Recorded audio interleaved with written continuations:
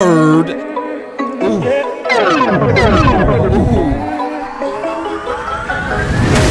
Messy times, huh?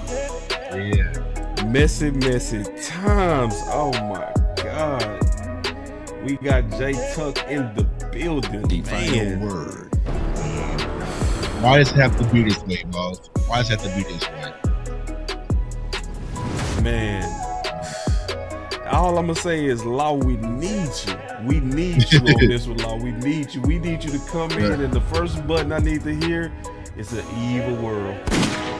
Because I don't got that button. I don't have it. It's an evil world out here, man. Define a word. Dak Accused right before his deadline. And the 105.3 The Fan, you interviewed the accuser. Wow. Word. This is like nasty. Define Nasty word, bro. Hella nasty. Nasty, man. It's just, everybody got to be honest, man. If you being honest, it has a smell. It has a stench. Yeah. It has smoke. We gonna be careful not to label it fire. But if you don't see smoke, the final word. Define a word. This has a ugly smell to it, bro. The final word. The final word. So we got a lot to talk about, man. So we gonna cover everything, bro. I want to hear about all of this stuff. So we got a lot of work to do. A lot of work. You live on your channel, Tuck? Yeah, we good. We cooking over here. Final What's up, word. CFO gang? What's up, BossCowboySports? Law Nation, Big Game James. Final word, OC. You know what I'm saying? They coming in on mine too. Yeah.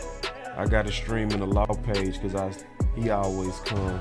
Big confirmed that he on the way, so Okay. the OC, hey, y'all just keep my boy lifted up, man. Got a lot going on. He okay. Just, how Define it a is. word. Duty calls. Right. Right. Yeah, man, so. But I said this, man, I think we getting exposed this year too, man. Yeah, a lot. You know what I'm saying? And I felt like a lot of those holes we've been talking about for so long since we've been making content together, balls, it's now just blowing up in our face. And we trying to, this boat is sinking, bro, and we trying to plug all these holes, but there's so many going on right now.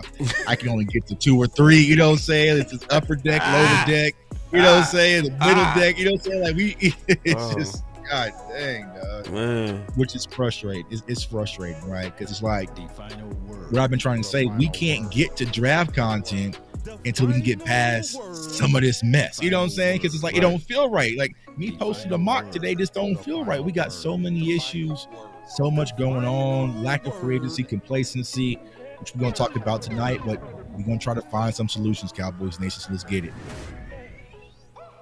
We go try. I'll try. You know what I'm saying? I got my guard up. I'm you know what I'm saying? I'm out there doing my slip in, you know what I'm saying? I'm blocking all these punches, man, but they heavy. Some of these right solutions, sadly, gonna be to fight your own people. now. Right. Oh yeah.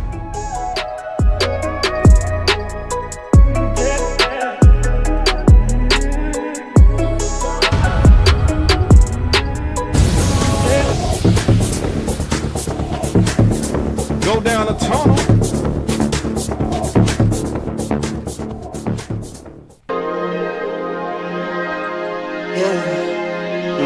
I just wanna run it up. Kinda check or something. I've been really in the field, let up,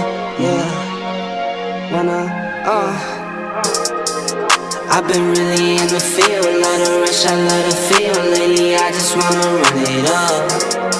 Don't need no deals, I make the deal. Have to take it to a meal. Lately, I just wanna run it up. Kinda check or something. Lately, I just wanna run it up. Count that too, count it up. Lately, I just wanna run it up. Need them ones, I need them fives, need them tens, I need that change. To the safe, got blues inside. Greens and pinks, it's all the same. I still say and roll my change. Take some losses when I play, charge it to the game. I'm with her loyalty, like I'm with Reverend now.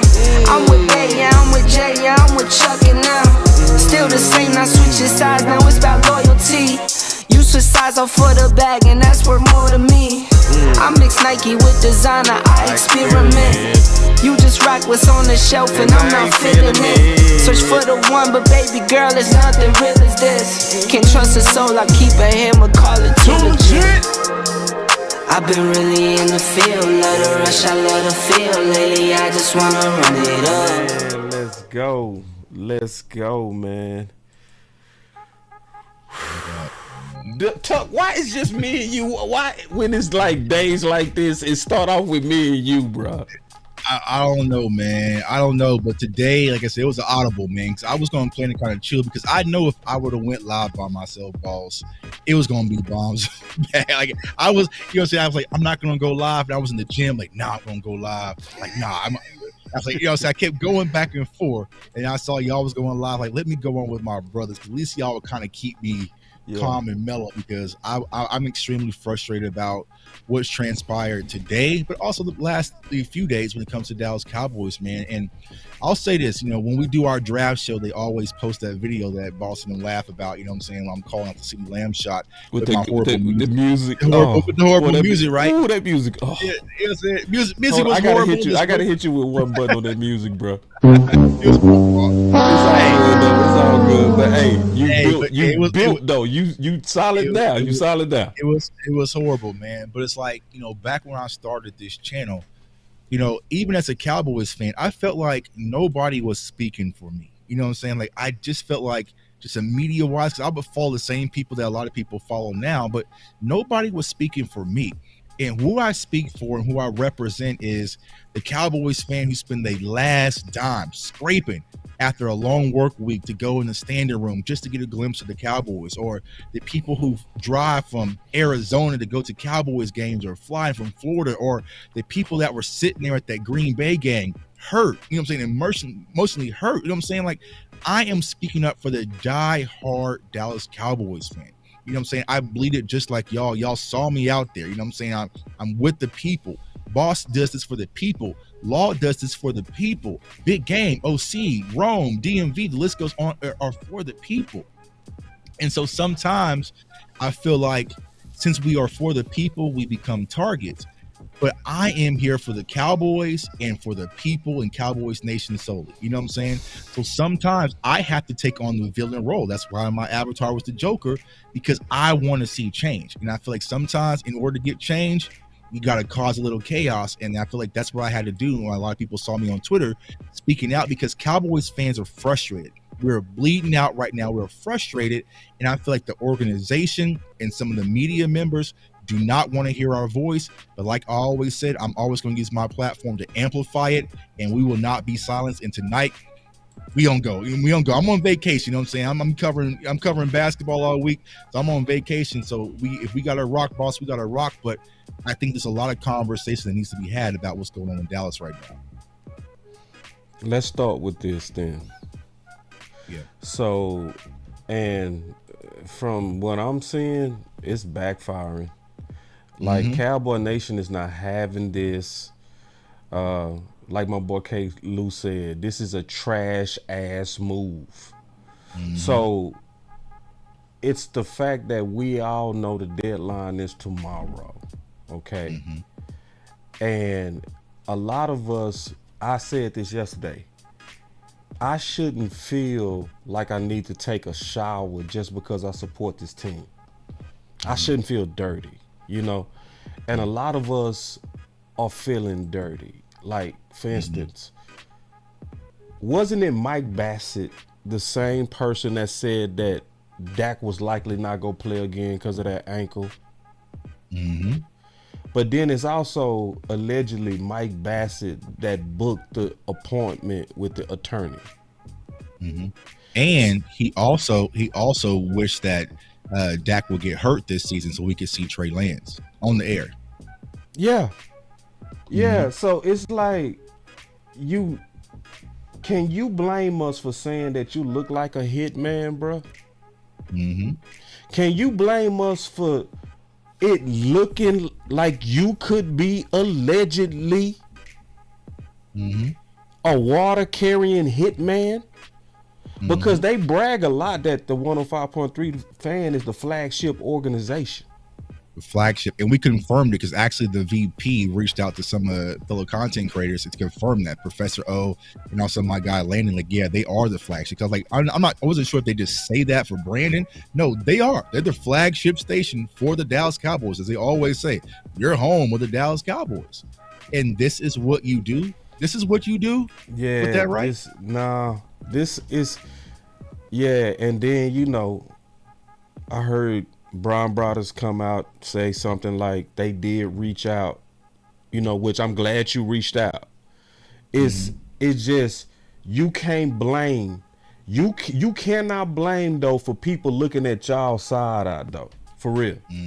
And see, let me tell you one of the main reasons, because Jerry is also going through something foul. Right, hella foul, right? That's longer than 2017. We got to go back about 30 years for his. Where is that attorney? Where has it been reached out to? See, because when it comes down to the players, slinging that mud. Oh yeah, let's go get the accuser side of it. We need to hear this. Oh, we will want to hear for radio what's happening with Jerry and the love child too. But that would never happen, will it? Yeah. Right. So is it like for us to sit back like, damn, bro? Now? Go ahead, Tuck. Yeah, and you remember, right, at the Combine when they had, when Jerry had all his media members on his party bus, right? He was asked about the trial. He said, we can't speak on that right now. And that was it. Right. That was it? That was it? That's it. No more digging? Oh, no more digging? No questions, no pushback.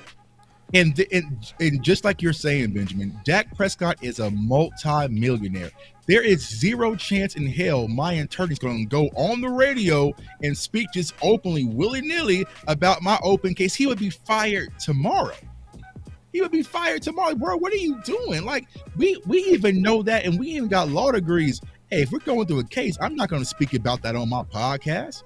You know what I'm saying? Like, why would you do that? Because you leave yourself open. So honestly, what happened, kind of by an accident, 105.3 The Fan may have done Dak Prescott a favor, because if I'm Dak's lawyer, I'm sitting back listening to this whole interview, and I'm getting ready to get surgical once we get in front of that judge with these conversations that you talked about my client. You know what I'm saying? Defamation of character, all this stuff. You know what I'm saying? So it's a bad look. So damn right, Dak's lawyers decline. What would be the benefit of him going on 105.3 The Fan? Like, it don't make no sense at all. But here's my thing, boss, and this is what I'm trying to ask Brian Bross, anybody from the station. You know what I'm saying? And there's some good guys at the station, good guys and girls at the station. They are. Sometimes when you in the wrong whip, you might just get hit. You know what I'm saying? Yeah. Like, it's just how it goes. But here's my question: why, boss? We are in the midst of free agency. We got a lot of draft content going on. Like, why was this the focal point of today's conversation, where this is something that had to be done right now? Because the news kind of just broke yesterday. So why was there such a sense of urgency to get them on now? Why? And I'm going to ask y'all that, Cowboy Station. Why was there a sense of urgency? The story kind of broke yesterday. We had to get this person on the radio today. Not Friday, not let things sort out. Today. Why do y'all think that is? And Boss just gave y'all the answer.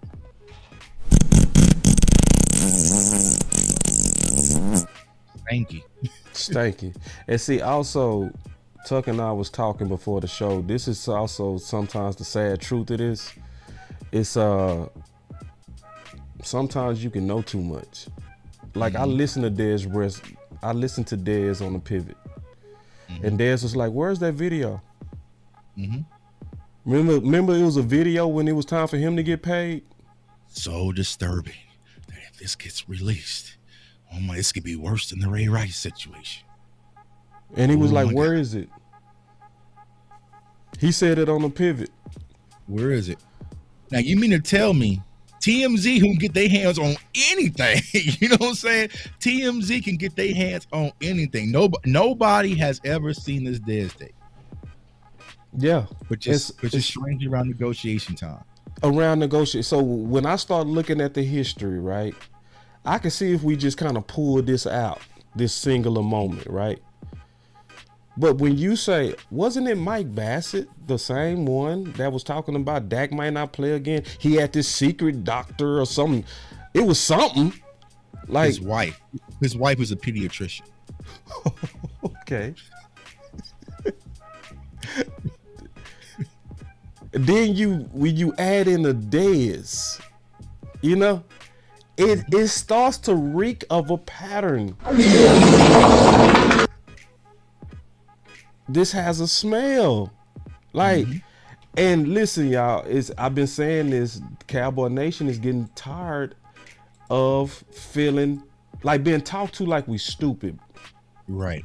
I'm gonna be honest with you. I'm gonna show y'all something. I'm gonna show y'all. Look at what people are saying right now. The Dragon is relentless. Joke of a radio station. Dak needs to just finish out this year and leave.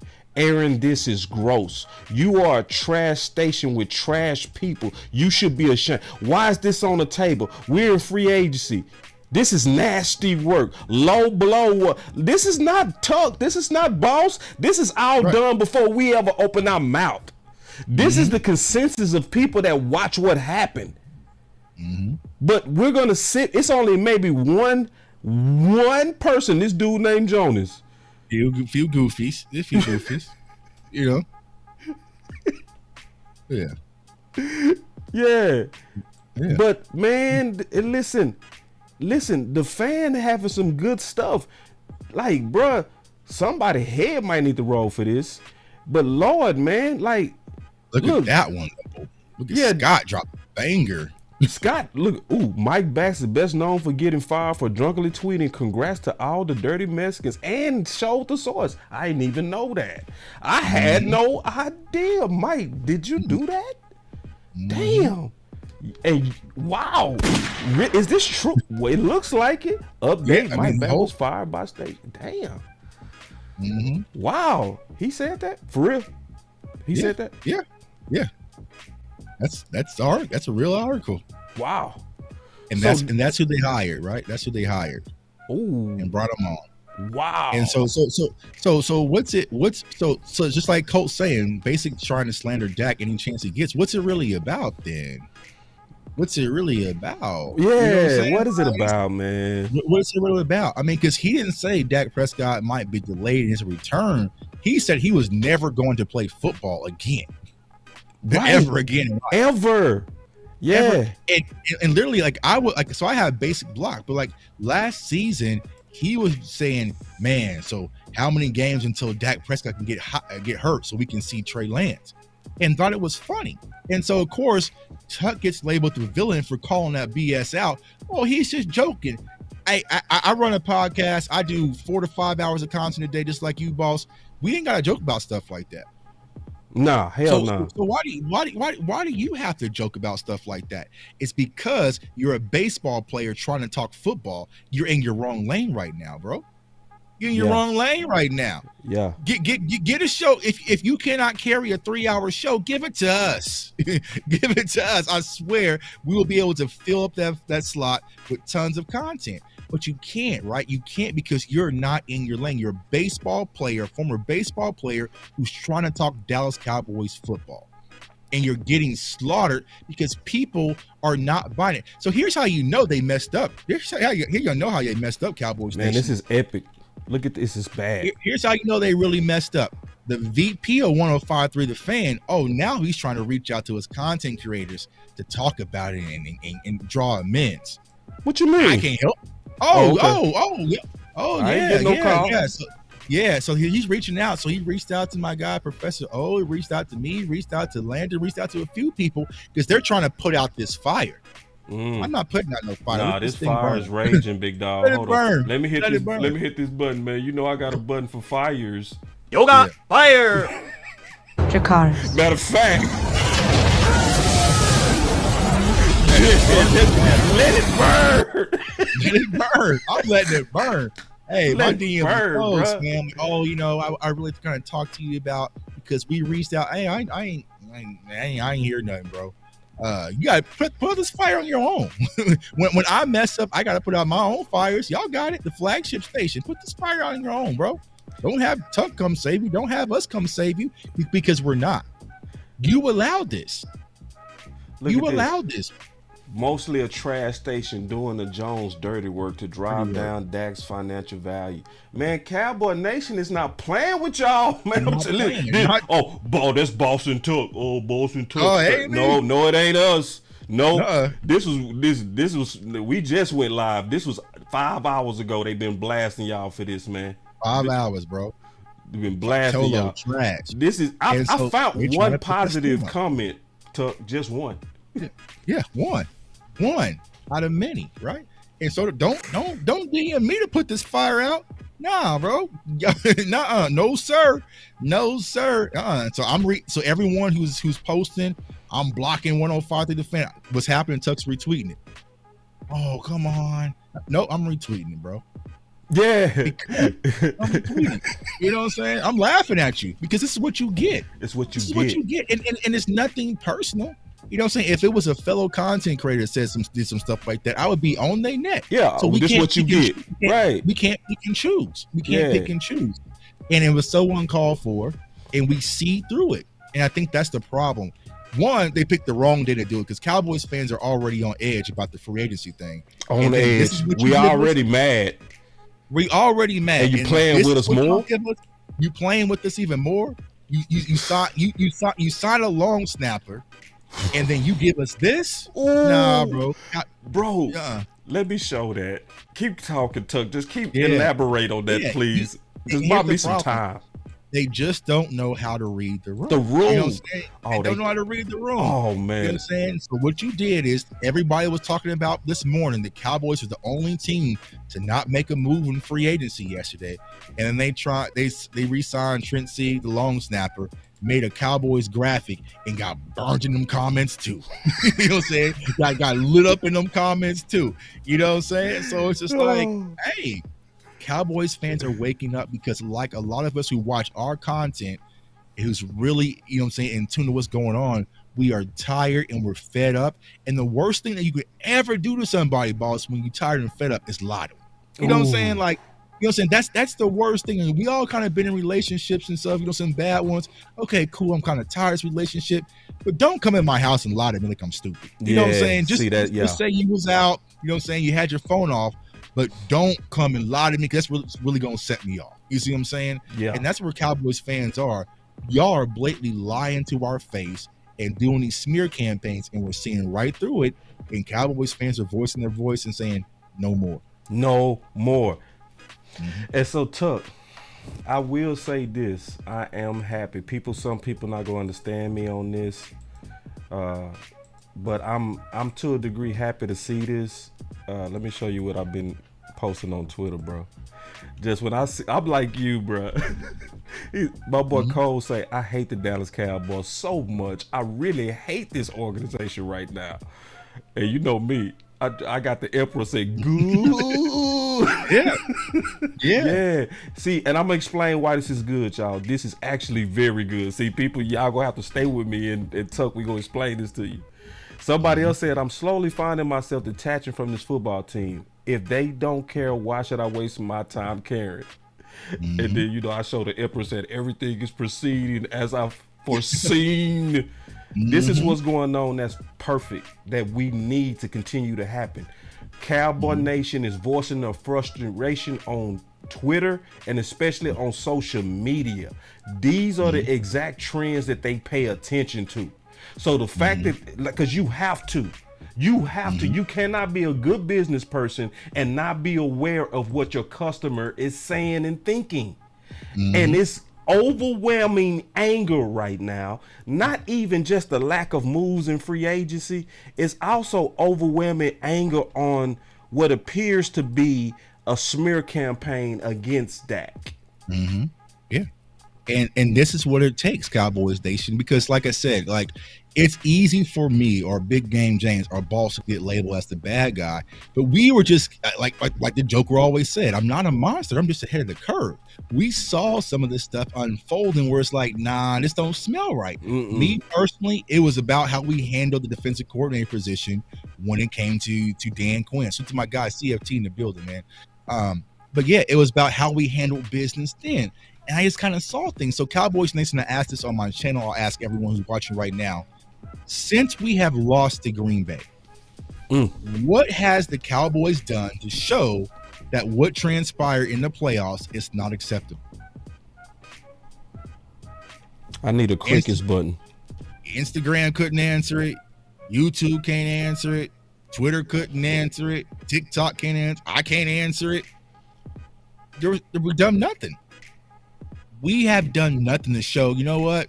That wasn't acceptable. Someone has to pay the price for that, right? Steve Wilkes led the 49ers defense to the Super Bowl, lost in overtime.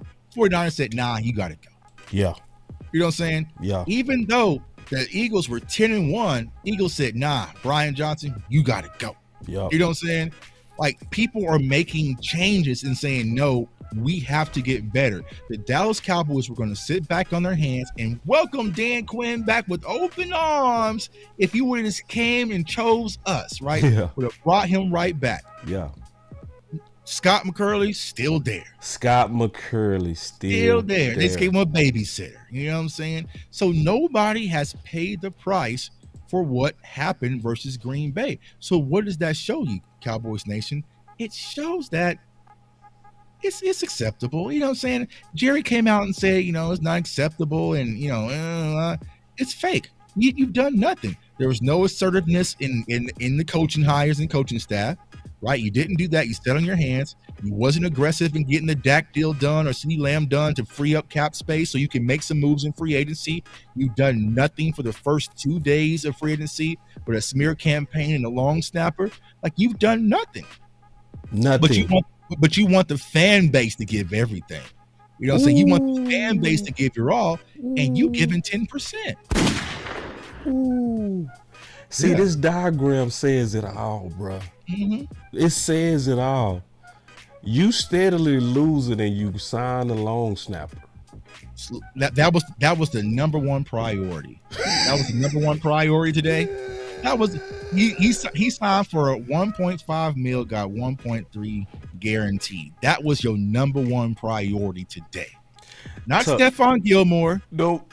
Not Jonathan Hankins. Nope. Not Jay Lou. No. Not even trying to spin the block on Tyron Smith. No. You had, and I felt, I dropped my video this morning, boss, at 6 in the morning because I was up early. You know what I'm saying? And I was like, we have Derrick Henry available. You had Joe Mixon available. And you also had Aaron Jones. Yeah, you know what I'm saying? There could be some opportunity. You struck out on all three of those. Joe Mixon got traded for a 7th round pick. But while you were out there trying to get a long snapper deal done, you made a 7th round pick for Joe Mixon. Like, that could have easily changed the course of things. So where's the sense of urgency right now? And they're going to sit back. They're going to wait on their hands. They're going to blame Dak for the reason why they couldn't get deal done. They're going to give us some bargain names that, you know what I'm saying, we kind of familiar with. They're a little bit older, maybe coming off an injury, and tie it on a bow and try to serve it to Cowboys fans and say, here, eat this. Yeah, because this not looking all in, bro. You know what it's really looking like? We all out. We are all out. We are all out, bro. Yeah. We are all out. All the way out, bro. Yeah. Like my boy, who was that? DP Johnson. Man, DP said today, perfect. Bro, Dak don't got, well, he got a left tackle if you move Tyler Smith. Right. Yeah. But if you just kept everything the same, he has no left tackle. He has Right. no RB1. He has no center. We only got a long snapper. No X wide receiver because he's trying to get rid of Michael Gallup. He has no linebacker core. Our defensive ends has got plucked away. And possibly we could lose 2 corners right there. You know what I'm saying? Yeah. And so it's just, I feel like, and this is my biggest concern, Cowboys Nation, I am not trying to build a team to win the division. I'm trying to build a team to win. I want to win the Super Bowl, bro. Like I was there. I want to win the Super Bowl, bro. So if you bring back a few extra pieces and say we can compete, I'm not trying to compete with the Giants. You know what I'm saying? Because if you look at our schedule, it's brutal. Can we take the team that we have and beat Kansas City or beat Baltimore or Cincinnati or Buffalo or hell, even Philly, the way they look? Like, can we beat those teams? We build to compete with the Commanders a little bit, and hell, the way the Commanders loading the clip, I don't know what I'm saying. And here's what I said that really got under people's skin. The guy right there that we are showing the smear campaign on is Dak Prescott. He is the only one keeping this franchise afloat right now. That's it. The only thing that gives me some confidence that even though they got Saquon Barkley and they went and got, you know what I'm saying, they got the safety back and they went and got, you know, Huff and different things, like the only thing that gives me some confidence that we can beat Philly is this quarterback right here. Yeah. If you take that away from me, we become the punching bags of the NFC East. Nah, you my good, boy, Rome? Rome said, my brother, I'm sorry I was live doing y'all show, Boss and Tuck. I had to get some stuff. Hey, I overlapped today too, bro. This is one of those days we always go. Everybody's had to go, bro. You know what I'm saying? We Everybody had to go, bro. place. I went live when Vach and Sky was on. But it's just one of those days you got to get it out. It's happening fast, so you know we understand, bro. It's that double thing that happened. And Big just walked in. What's up, Big? What's up, dog?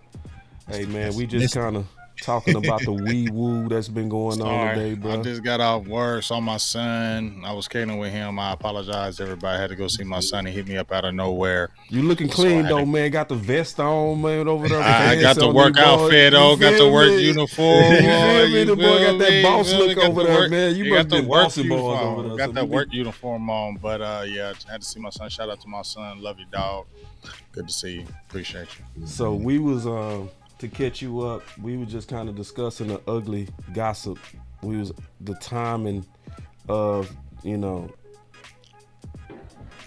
the fan interviewing the accuser's attorney, who, you know, from what I've seen on Twitter, I don't know if this is correct, he just graduated from TSU, right? So, and it's some things about that interview really bothered me. Like when he was like, you can't put a price on rape, right? And then he said, so negotiate it down. You know, it's like, that just smell it. Let's start at 100 million. If you don't like the accusation, then let's talk. You know what I mean? It does have the sound of an extortion, right? You know what I'm saying? It does. And then I saw some people say, oh, the Joneses was having foresight. That's why they got Trey Lance. No, the attorney said that she came 2 months ago. So Trey Lance was signed about 7 months ago, 8 months ago, maybe more, 9 months ago, something like that. So Trey Lance ain't had nothing to do with this in terms of them trying to position themselves because they knew something was coming down the pipe and they was being genius. Right. You can't. You have some Big having some technical issues. No, I'm good. Oh, you was talking to somebody. I thought I saw you pointing at your ear. No, keep going. You're so good. Big, we gotta hear from you on this, Big. I mean, I made a video about this earlier. Wow. I mean, y'all, if you go look at my Twitter. I mean, you feel me? Go look at my Twitter. Let me go look at your Twitter. I made a video already about it today. You know, that's just crazy. And then when I hear the Cowboys apologists say, "Oh, this ain't got nothing to do with anything," like, how does it not? Like, you have something like this come out of nowhere. Like, we've seen the too many day before the deadline. We've seen too many things like happen like this outside of Cowboy stuff, right? We've seen people with movie deals, things of that nature, and then all of a sudden, oh, he beat up a woman right before he's about to sign a movie deal. Like y'all know what I'm talking about. But we've seen a lot of things like that come out of nowhere. So how is this any different? And then, like for 105 The Fan to even bring that on is the disappointing part. Yeah. To me, like, why would you even bring that on? Like, why would you bring the prosecuting attorney on and just let him have the floor and just let him just let's go. I mean, you just right? let him go and just let him say whatever, and it just, how does it not poison the views? Because I've already had people on my Twitter saying, well, you know what, Dak, the deal for Dak's negotiation is going to be put on hold after this. Right. So that's what people were telling me on Twitter, on my Twitter. Oh, they're going to have to put on the negotiations on hold with this going on. So if people in the streets are feeling that way, how is it not poison the view? And how does, come on, dog, Dak, really? 2017? Wow. Really? See, Dak Prescott? See, this is that's why, crazy. This is why you got to consider that theory. Because do you know how bad Dallas was going to look to not have a deal done by tomorrow? See, it had to be some kind of stain, right? Because all these players are watching. Nobody is stupid. Well, it's some stupid people, but I'm gonna say this: people with common sense know that Dak was the runner-up MVP. With better numbers than the MVP. Should have been the MVP. Meaning the most valuable player in the whole league. His contract got you tied up. It does. You're losing that. He has all the leverage. So now, because now you want to, now when this come out and he's on the fan, and I mean hit the accuser's attorney on the fan, now what are some of the other players, other fans gonna say? Oh yeah, we gotta delay things now. They gotta see how this plays out. Yeah, see, it buys that toxicity time. Because if you didn't have this, you look extremely toxic and dysfunctional, not getting a deal done for your quarterback before the deadline when every other team does. And here's what I'll say, right? Because a lot of people are like, oh, this is a story, right? Do y'all remember, and I hate bringing this up, but y'all remember when Trayvon Diggs had his situation? Y'all remember that, right? With the girl, with Chinese Kitty, the girl that has been Yeah. You know what I'm saying? They didn't bring her on 105 to the fan. They got rid of that They so sure damn didn't. quick. I don't remember. People don't remember that. You know what I'm saying? Right. Just And gone. so it's like the Cowboys, they strategically knew, all right, let me see. What can I do? Like you said, boss, the deadline's kind of coming up. You know what? I got it. I got it. How about, and then you have the people who don't know no better. You know what I'm saying? There's people who are unaware of what we do here on YouTube. There's these older Cowboys fans who just listen to the radio, and they will say, well, here's how everything plays out, right? Well, we tried to go through free agency, but we had to get our quarterback done, but we had some complications with some things. And Cowboys fans say, hey, we couldn't sign Dak because he had this situation kind of going on. And he is the reason why we couldn't pay a backup running back $4 million for a 2-year deal. He's the reason. He's the Dak Prescott in this situation, Cowboys Nation. Not Jerry and Stephen Jones. Is the reason why we couldn't trade a 7th round draft pick for Joe Mixon. Dak's fault. It's Dak's fault, right? And so it's able to play Operation Human Shield using Dak Prescott and also Mike McCarthy, because they're going to take all the bullets.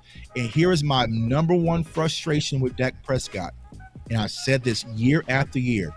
Dak, stop being loyal to an organization that is not loyal to you, bro. Like eventually you gotta, I don't know, give it to me. You know what I'm saying? I know how to work Twitter. Give me your phone.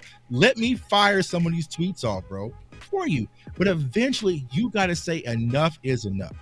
This is the flagship station that they're going to make you sit down with that camp and do one-on-one interviews with 105.3 The Fan. And these guys went out there and did a smear campaign with the prosecution in your open case. The day after the news broke. Man. The day after the news broke. The day after. We didn't get a chance to sort it out. You know what I'm saying? We didn't get a chance to sort. They said, "No, what? Get her on the phone ASAP. Get her on the phone ASAP because we got to get to this." You know what I'm saying? It's a zoo, dude. It's a zoo, dude. It's a zoo, dude. It's a zoo, bro.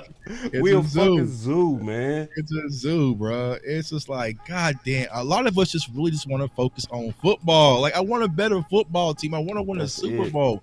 I don't want all this extra.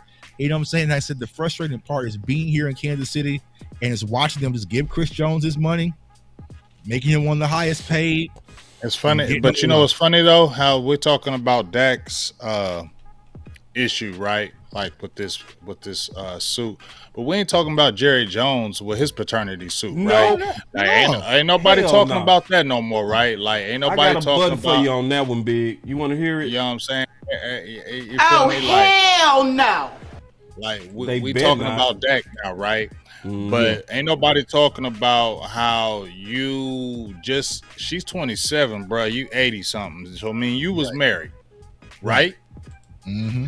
You was still married with your wife, and you went outside the marriage, and you had another kid. Mm-hmm. But we ain't talking about that though, right? We're not talking about that though, because that don't mean nothing. Let's go over there and let's talk about Dak and this alleged. This is alleged. But this woman has been on it for years trying to get this paternity test. This hasn't just come up. She's been on it. She's been trying to make this happen, and Jerry been trying to sweep this under the rug. So it's just real funny how that paternity suit came up with Jerry. Now all this other news comes up to kind of throw that on the back burner, right? Now you don't even think about what Jerry did. You don't even think about what went on with him. And you want to just look at Dak Prescott, who's been on point with everything he's doing. And we know Jerry been wild. You feel me? But now let's paint the picture as Dak is a reckless. I mean, that's just really sad. Like you said, if I'm Dak, would I ever want to go on 105? Like I said, bro, I made the tweet. I don't care, Dak. Don't sit there and sign this deal. Right. So what? Opening up money for the Dallas Cowboys. I don't care. I ain't trying to open up nothing for you. I'm going to play out my last year of my deal. I don't give a hell how you feel. And then after this year, I'm going to go find somebody else to the highest bidder and somebody respect me. Dak, how long I've been saying this, boss? You've been on it for like forever, Nick? About at least 3 years. How long I've been saying this? How they've been one? Right. How they've been sending Dak, and I'm like, this is what I'm gonna say. Everybody like, I'm wrong, you wrong. And I'm like, if you believe and love your quarterback, you're not sending your quarterback through hoops like this every single time his deal up. If you love your quarterback and you think the world of Dak, that's what I always hear from Stephen Jones.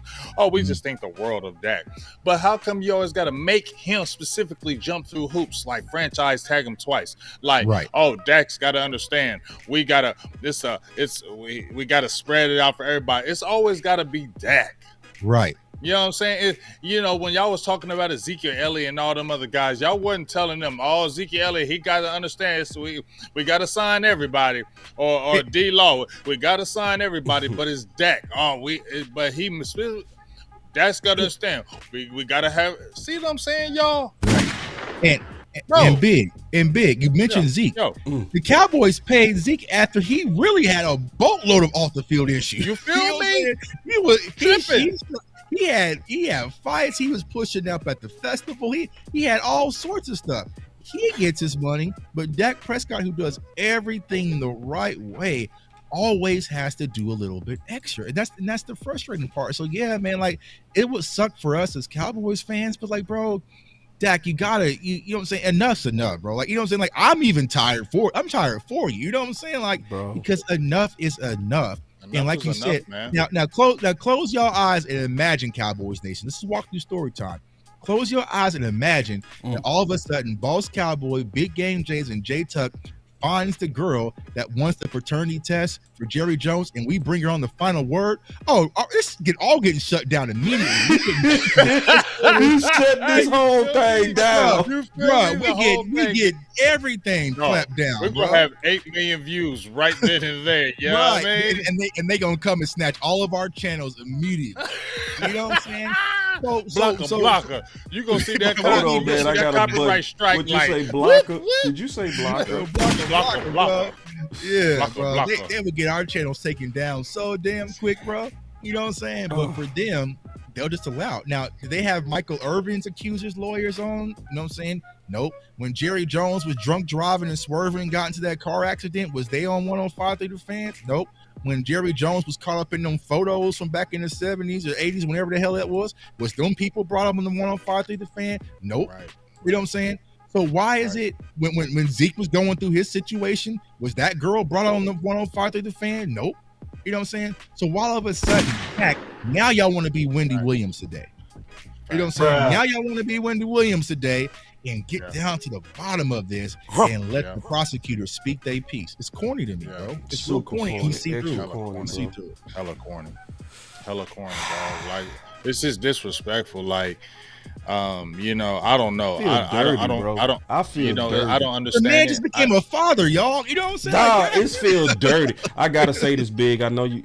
I don't mean to cut you off. I'm gonna say what you say to me all the time. Say whatever. Bro, it's repercussions from this. It's repercussions from this, and I mean this. I might be one. I'm gonna tell y'all right now. I love the Cowboys, bro, but I'm not gonna sit back and just. Right. I will walk away from the Dallas Cowboys, and I've been a fan. I know no other team, and I dare anybody say that I'm not a real man and I'm not loyal. Nah, hell no. Not after putting everything that I put on trying to help this team win. Right. But no, bro. Listen, some things are bigger than football. Fuck no. Period. No. And see, and I warned that this was gonna happen. My boy Dre. I said this was coming, and it's a whole lot of people getting ready to walk away. And it's not because we losing or didn't win a Super Bowl. It's the way they going about stuff, man. Right. Like Calvin Watkins, hey, he coming out there now. He putting all this stuff out there. It's like it looked like their hand is in all of this manipulation again. Right. And see, my boy Dre said, meanwhile, Jerry Jones is trying to figure out a way to get out of paying Dak all this money. I'm done as a Cowboys fan. 50 years. Yes, yeah, bro. It's some of this stuff is going to keep happening like, nah, bro, I don't want to win like this. Right. I don't want to win like this, bro. I don't want to watch a man that lost his mom, an ambassador for cancer, a perfect face for your organization, says and does all the right things, go kiss all the goddamn babies, go to the Errol Spence fight when he could be chilling, resting his feet just to help your brand. And then the day before it's time for the deadline to hit, all of a sudden on the flagship organization, only one side is saying rape over and over by this man's name. Now, if he raped them, all of us want him guilty. But we want to hear both damn sides or don't bring up nobody, especially the day before this man supposed to hit his deadline. It looks shady. I don't care what nobody say. Even if it's innocent, you look shady because you got the wrong person doing it too. Mike Bassett should have been the last one to do it, especially when you came out talking about you wanted him injured and all this bullshit, and you the one that's bringing this dude? No, you look like a fucking puppet. Right. They are a bunch of puppets, a bunch of coward-ass puppets, bro. And here's the thing. Here's what a lot of these media people have to understand. I have friends right here. I don't need to be nice to y'all. I don't need nothing from y'all. So when Dak's name gets cleared, if it gets cleared, it's going to be warfare. You know what I'm saying? Because y'all not going to go in there and apologize. Y'all going to try to swoop things under the rug. So no, Mr. VIP, I forgot his name. You can't DM me to turn things down on Twitter. Actually, Cowboys Nation, turn it the hell up. Turn up. Keep bombing on them. You see what I'm saying? So because what happens is if Dak's name is cleared, Well, well, we were just nah, bro. Talk about free agency. Nobody in this chat cares about anything. We want to care about what are we doing to help this football team? What are we doing for the draft? Like, what is our defensive coordinator's thoughts are? Like, that's what we care about. We care about football, winning football games.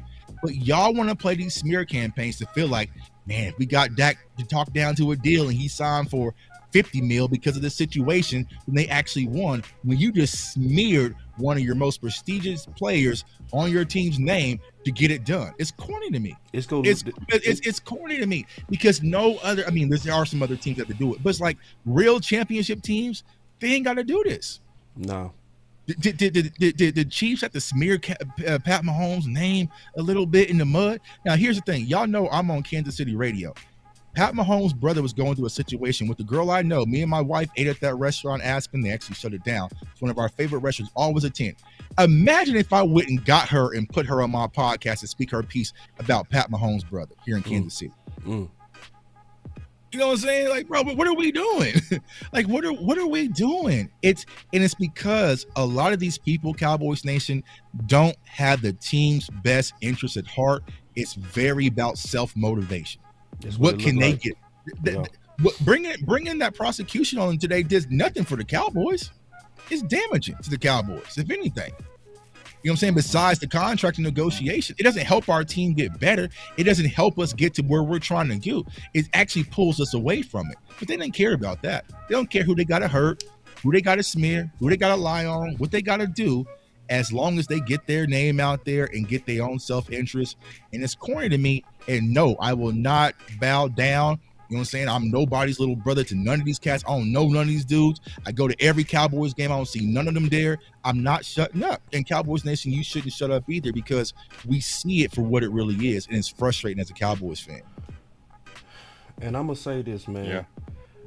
Sean and RJ, I rock with them. Right. I ain't got no problem with Sean and RJ. Right. You know what I mean? I don't think they perfect, but I think they do a damn good job in the morning. And Bobby. Yeah. Yep. G-Bag Nation, I'm all 10 toes in. 10 toes. All the way. I can't do that. I got to turn it off during the midday. I can't. I'm not doing it, bro. I'm sorry. It's too much, bro. How many times you go talk about Hispanics? How you go get up there and say, and this is Mike Bassett. Mike Bassett literally said, yeah, it's times that I've been biased towards white quarterbacks. See, yeah, you say that shit out loud, and that does have consequences. Bias has consequence, bruh. So when I'm scouting a player, I divorce your color. I don't look at your color and root for you based on your color, but you admitted that you do.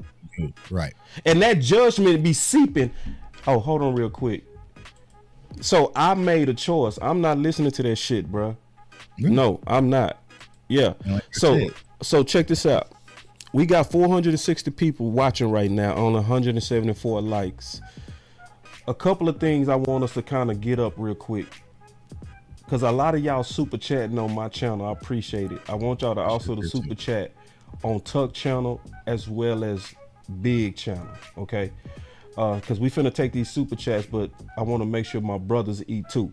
You know what I mean? Just, man, y'all showing love. I'm finna get to these super chats in just a second, but I also want to make sure that it goes around to the other brothers that's putting in the content as well.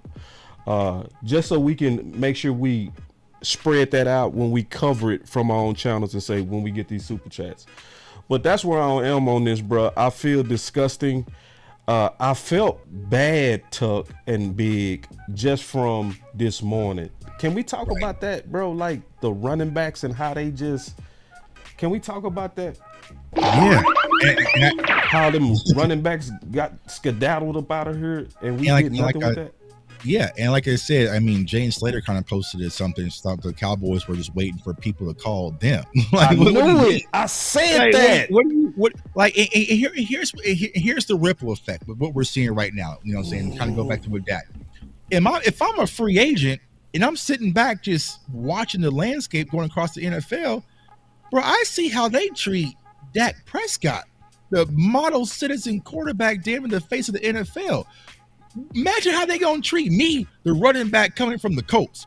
Nah, actually, I think I'm going to go over here to Tennessee. You know what I'm saying? Nah, actually, because the Cowboys have this fantasy still in their head that we're just this attractive landing spot, and everybody just wants to come to the Cowboys, and they're going to take a dirt cheap contract. They're not going to do that no more. Them days is long gone, Cowboys Nation. So if we don't come with the proper price tag when it's time to pay for these players, they're not coming here, and we're seeing that with the running back market.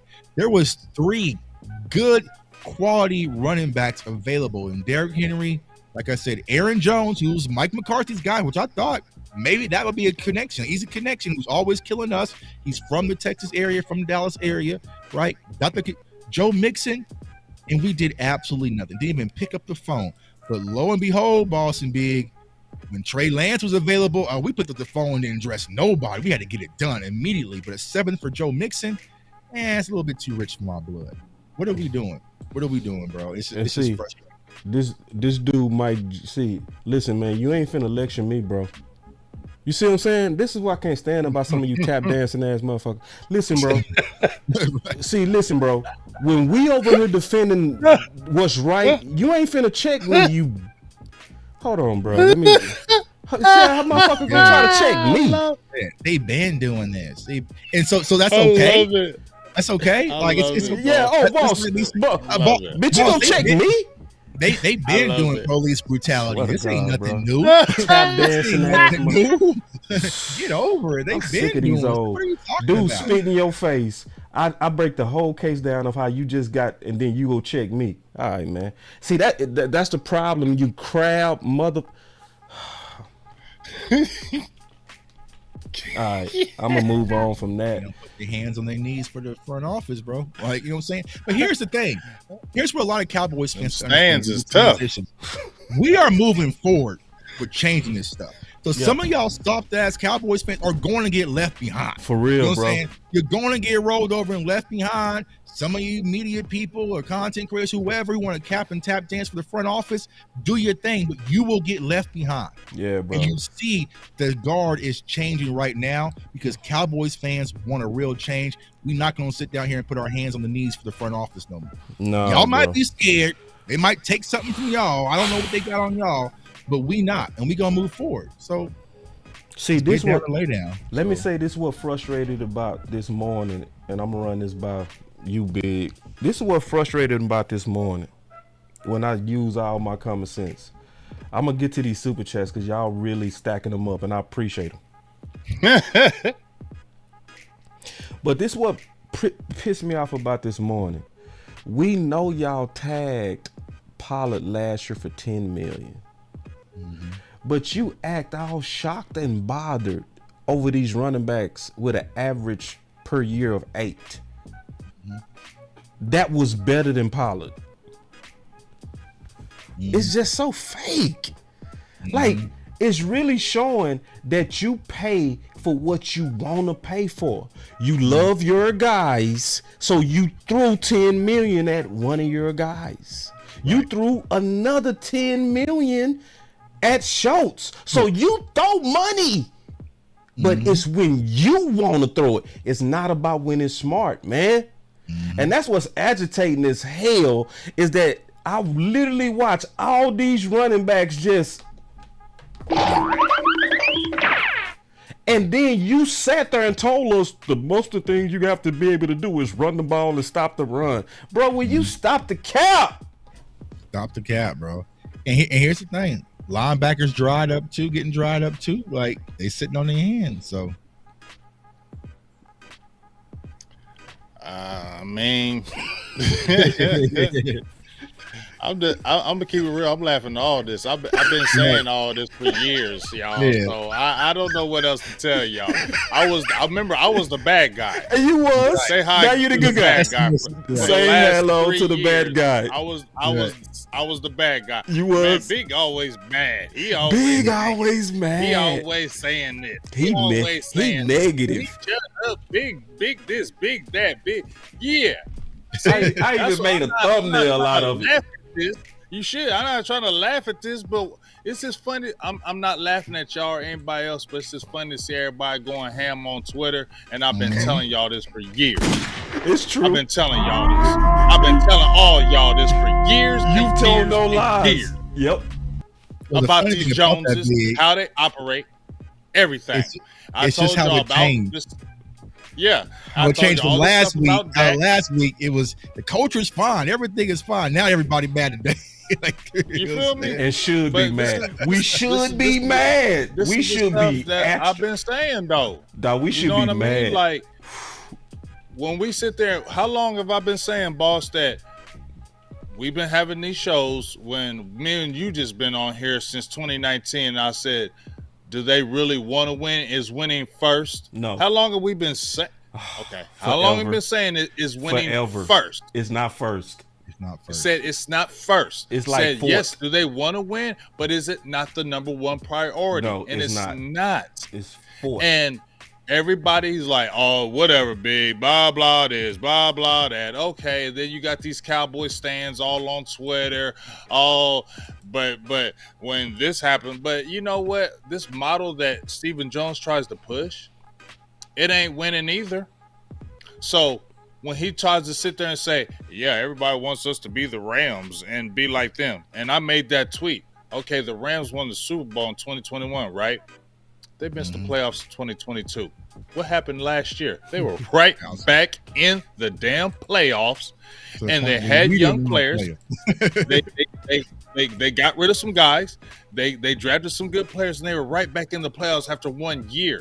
And they barely lost to the Lions. They beat the Lions. They were competing right back in for the Super Bowl, y'all.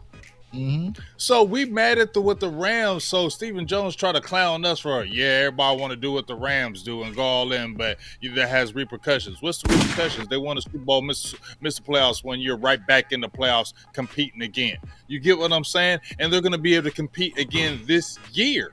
So I don't want to hear all that noise where if you spend this money that you're not going to get a return. Stephen Jones has poisoned us to believe that it's wrong for us to want real free agents. Right. That's a sad thing. He's poisoned us to believe that it's wrong to want guys. And if we like the guys, it's wrong for us to think that. My boy back. That, you feel me? That's a messed up situation when you come at us fans for us wanting to get better. Right. You get mad at us for our team to want to get better. You get better with your team instantly in free agency. You get better in the future with your draft. And nobody says go out there and sign 5 free agents and take you over the cap. All you need is a couple guys, and they refuse to do it because the thing that bothers me about the Joneses is that arrogancy. Yeah, that's what. Just like you said, Tuck. Yeah. The arrogancy. That's the biggest thing that bothers me about them. Like you said, Tuck, when they're like, "Oh, they come calling Dallas. We're the Dallas Cowboys." Nobody gives a hell about that no more, dog. Right. These players don't give a hell. That star don't be shining like you think it did in the 80s and 90s no more. These players ain't taking no discounted deals to come with the Cowboys because when you play with the Cowboys, you get all these extra endorsement deals. No. So why, if it's all like that, then how come all these other dudes bolt to go sign with Dan Quinn? They bolting, bro. Say that again. They're bolting. If Dallas is all that, how come they all leaving quickly to go to Washington? Quickly. Say that one. Can you say that one more time? I don't think they heard you in the back. Oh, let me say it again. If Dallas is all that, how come they are running to go to the opposition? Man, Pollard was out of here on the first thing smoking. Coaches too are dipping to go to Washington. Coaches. Man, do you know how toxic? And lucky we chained Al Harris down in the basement because he wanted a jet too. He would have. Hey, we didn't chain him in the back, or our tight ends coach. They would have all left too.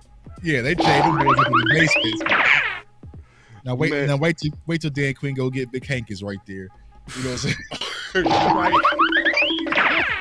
Say, man, and they over here like, oh yeah, it's a privilege. And you know they already talked about Stephen Gilmore over there in Washington too, right? You know, I just read their paper yesterday how they want Gilmore on their and J. Lou.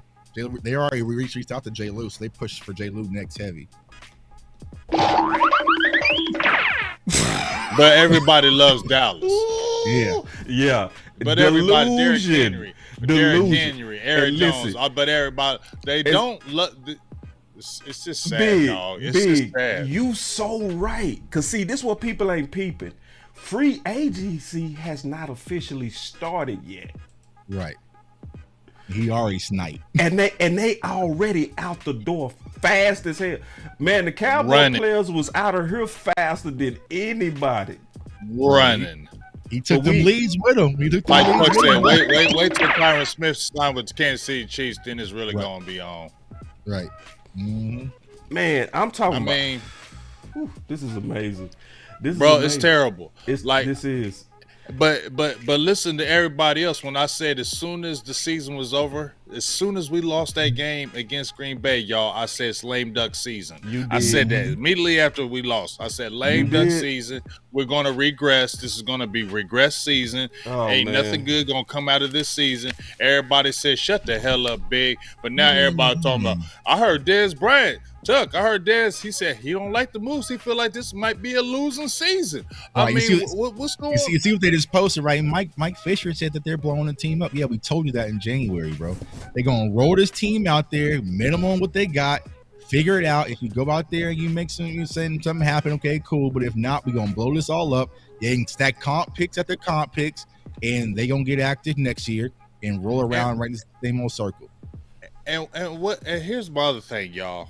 This is my frustrating thing. When they sent that fourth last year for Trey Lance, when everybody tried to tell me, oh, they're going to develop Trey Lance, and then they're going to trade him for picks. When Nah, have hell you ever in your damn life seen the Dallas Cowboys do something like that?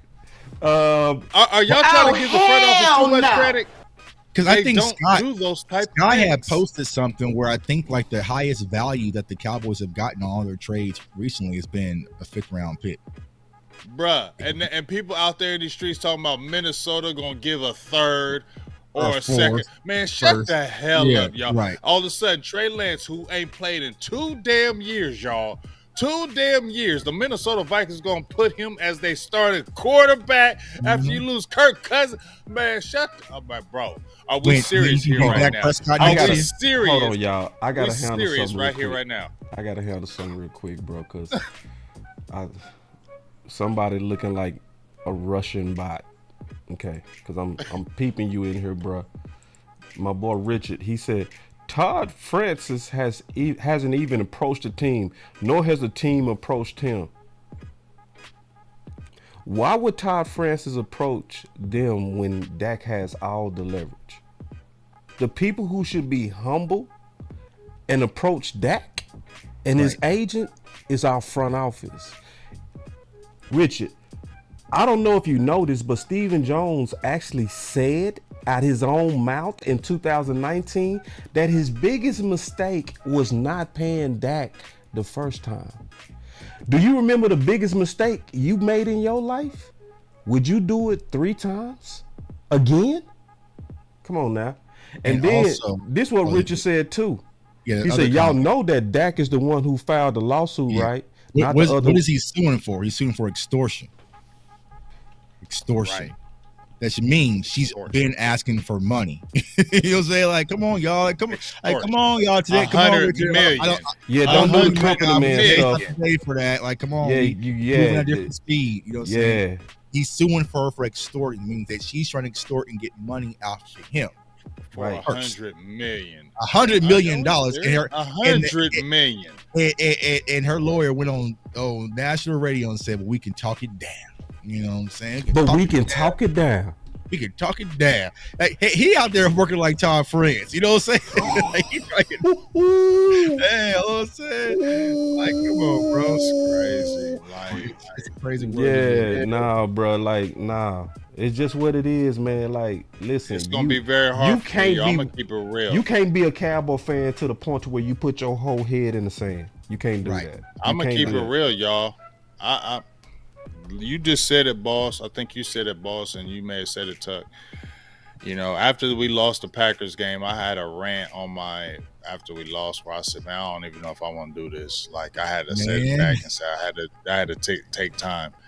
And then when I see this stuff, dog, I'm gonna just keep it real. Like, I've loved my Cowboys for over 40 years. Yeah, bro.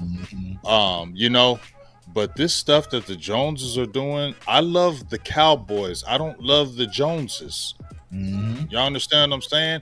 And if the Joneses keep interfering in this crazy stuff, how is it going to make me want to watch my team? Right. How is it going to make me want to turn on and look at free agency and talk about the players and this and that without having a bad ass taste in my mouth? We're watching free agency, and like I said, I see these people and what's pissing me off is these stands for the Cowboys front office. Like they paint this picture like we're wrong for wanting free agents. That's what's pissing me off. Like every time I see these Cowboy stands on here, like, oh, well, then get these players and see what happens. They don't move. Yeah, man, stop the noise, y'all. Like bro, like we got. I ain't gonna lie. Ain't Shot Robinson gone, y'all? Ain't Shot Robinson gone, dog? I wanted him, and you could have got him for the cheap. Yeah, Ain't Shot Robinson? What he go dog? for? What he go for, Big? He went for a $7.5 million a year, 3-year Oh my deal. God, bro. He was only a $5 million deal at the Giants. My dog Jordan Brooks, 3 years, 10 million, 3 years, 30 million, 10 million. You could have worked that out. Like if you were really trying to make your team better, but what they gonna do, Tuck, and what they gonna do, boss? They're gonna sell us, boss. I'm gonna tell you, Bobby Wagner. They're gonna sell us with Bobby Wagner and Eric Kinsey, and they're gonna them 33-year-olds. And they're going to be like, there we go. We got them. And we're okay. Like, they want to look like I'm just sick of the arrogance. I don't even want to talk about these dudes no more. Just y'all go. I'm just listening to y'all. It's damn hard, the Dallas Cowboys. hard, I hate y'all. Because I went through this. I mean, I think a lot of us are going through the same thing. And I kind of compare, because I was talking to Roma about this. Like, when I was coming up, bro, like I wanted to be in the music industry. Like that was my thing. I had posters on my walls of rappers. I wanted to be A&R. Like I wanted to get in the industry. And when I got into the industry and I realized how fake it really was, you know what I'm saying? Your favorite rapper short as hell, he really broke, you know what I'm saying? Like it was just like this is what I've been working to get to. Like it was like And I feel like that's what's coming with us is that we work so hard to kind of be so in tune to the Cowboys, and we're sitting back saying, this is gross. You know what I'm saying? Yeah, it's gross. This is really, because the average fan has no idea what's probably going on right now. But since we see it, hey, bro, we really gonna smear this man's name over a few dollars? You know what I'm saying? Like we really gonna, smear campaign every time. And here's the crazy part. They haven't even got to the City Lamb smear campaign. Now, they probably cooking something up really nice for CD. You know what I'm saying? And Micah too. Be good, Micah. Hold on, y'all. They already started on Micah. Hold on, real quick. I gotta say this. This is Fowler's dad. Man, first of all, I do gotta say congratulations to your son. You better still stay tuned too. I don't care that you will watch it. I don't care that your son will watch it from the standpoint of you still better be watching this show. Straight up, because I really enjoyed you. First, I want to say that. Then I want to read this comment. He said, "Boss, I appreciate you guys for keeping it real. We didn't want to leave, but the truth is the organization is toxic right now, and they are not moving right, in my opinion. I will always listen to you guys." I appreciate that, Coach. I appreciate Mr. Fowler for saying that, because we knew as soon as Dan Quinn left, we already called it in the streets. As soon as Dan Quinn left, Dante Fowler was following him. Yeah, we knew. We knew that off rip. It made sense. But salutes to you, Mr. Fowler. But I don't blame you. You know what I'm saying? And it's funny, like I said, these players are running away from Dallas. If it's so bad, then why are they running to Dan Quinn? Like, he's gutted the staff. Like, I ain't gonna say I ain't mad. Y'all seen the video. I still don't like you, Dan Quinn, right now. So I'm sorry, Mr. Fowler. I hate Washington. Sorry, Mr. Fowler. I apologize in advance, but I hate Washington. I hate everything about Washington. So I'm still gonna have that beef with Washington. So I do want them to smack y'all. I still love Dante Fowler, and I love you, Mr. Fowler. So don't take that one personal. I just hate Washington. Right. But it's just funny to me how when Dan Quinn left, how quick the other staff people left with him, how quick the players left right there to him. they didn't have no loyalty to Dallas. Yeah. You get what I'm saying? Yeah. I don't see these players having this loyalty. They are leaving quickly. They're not taking these discounts. We heard Tony Pollard saying, "Oh, I'll be willing to take a discount." Then then Tennessee said, "Here, we got this for you." Hell no. He was like the first running back to get. He was the first one out the door. He said, "I'll take a discount." Tennessee said, "We'll give you this." He said, "Bye." Right. You feel me? Ain't nobody signing with these Cowboys. Like I said, stop pumping this like this is the. I heard John Machota. I did a video 2 days ago, Tuck and Boss, where John Machota was talking about how the Cowboys front office push not only the money, but they push the brand. Like, well, if you sign with us, you won't just get this, you get that. And ain't nobody on that no more, dog. Like, ain't nobody on that, bro. It doesn't. I want my cash. It's only for certain players, right? It's only for certain quarterbacks, running back, possibly. You know what I'm saying? Like, but your brand's not gonna be pushed. Like, it wasn't like Dante 14 receivers brand got boosted since he was in Dallas. It wasn't like Stephon Gilmore's brand got boosted in Dallas. Like, he was the number one. Like, so we gotta. It's 2024. It's social media. You know what I'm saying? I see Mahomes in my auto shirts every damn day here in Kansas City. Baker Mayfield had every damn commercial when he was in Cleveland. If you ball, your brand is your brand. You know what I'm saying? So it's like we need to get this idea that the Cowboys are going to boost your brand and you're going to have all these new opportunities and Nike's going to toss money. Ain't not how it works no more. You know what I'm saying? Like, they need to get that out their heads, bro. But it's frustrating because, like I said, if you don't be active, because here's the thing, right? Is Dallas a more attractive landing spot than Philadelphia? 1,000%. But Howie Roseman has now made Philadelphia an attractive landing spot by being so aggressive. When you're sitting back and saying, okay, they going all in, they trying to win, so maybe I'll take a little bit extra off my bag to go be a part of that. You know what I'm saying? Maybe I want to go be a part of what's going on in Baltimore. For Dallas, if you're giving a low bottom deal, not paying, and you're not going all in, what the hell am I coming here for? And here's the thing, Tuck. We not winning. We're not winning. Okay? Bro, here's the thing. I'm not like, taking a these discount players, to be 12 and 5. You keep on pumping this noise up like Dallas Cowboys going to the playoffs and winning every year. These players ain't stupid. You think these players, when we're talking at the end of the year, when they have a choice to sign with a team and they could sign with a playoff team, they're like, I ain't signing with Dallas because y'all don't win. Y'all don't win in the playoffs.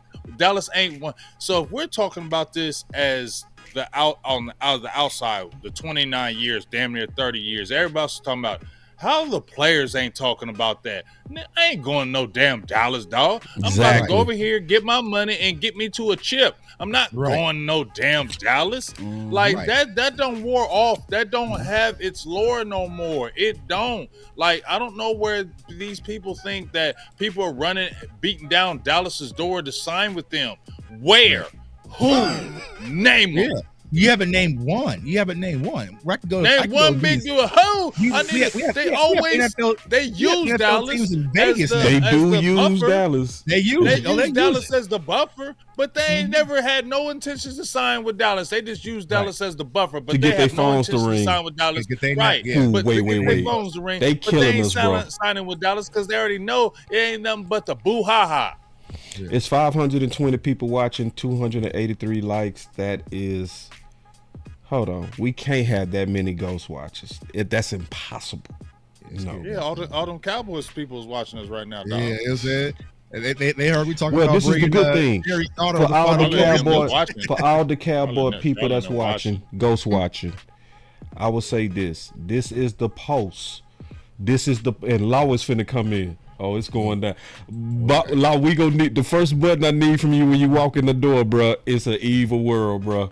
It's an evil world. We need that button. So Law gonna be here in about 5 minutes, bro. So y'all know it's finna jump off. It's finna jump all the way off now. But man, for all the Cowboy people, this is the post. This is the post.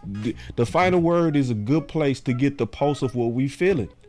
And we telling you, we don't like what we seeing from the fan. We didn't like that. Listen, even if it was completely innocent, where Mike Bassick booked the prosecutor, cool. but that was the wrong person at the wrong time. It was. And how can anybody with common sense not say, wasn't that the same dude who said, I want Dak to get hurt? Isn't that the same dude who said that he had inside information that Dak might not play again? It makes all y'all look like y'all in it together. And none of us sound like conspiracy theorists for connecting those dots that you put out there. Period. Yeah. And it's the day before the deadline. Nah, bro, front office luck is not that damn good.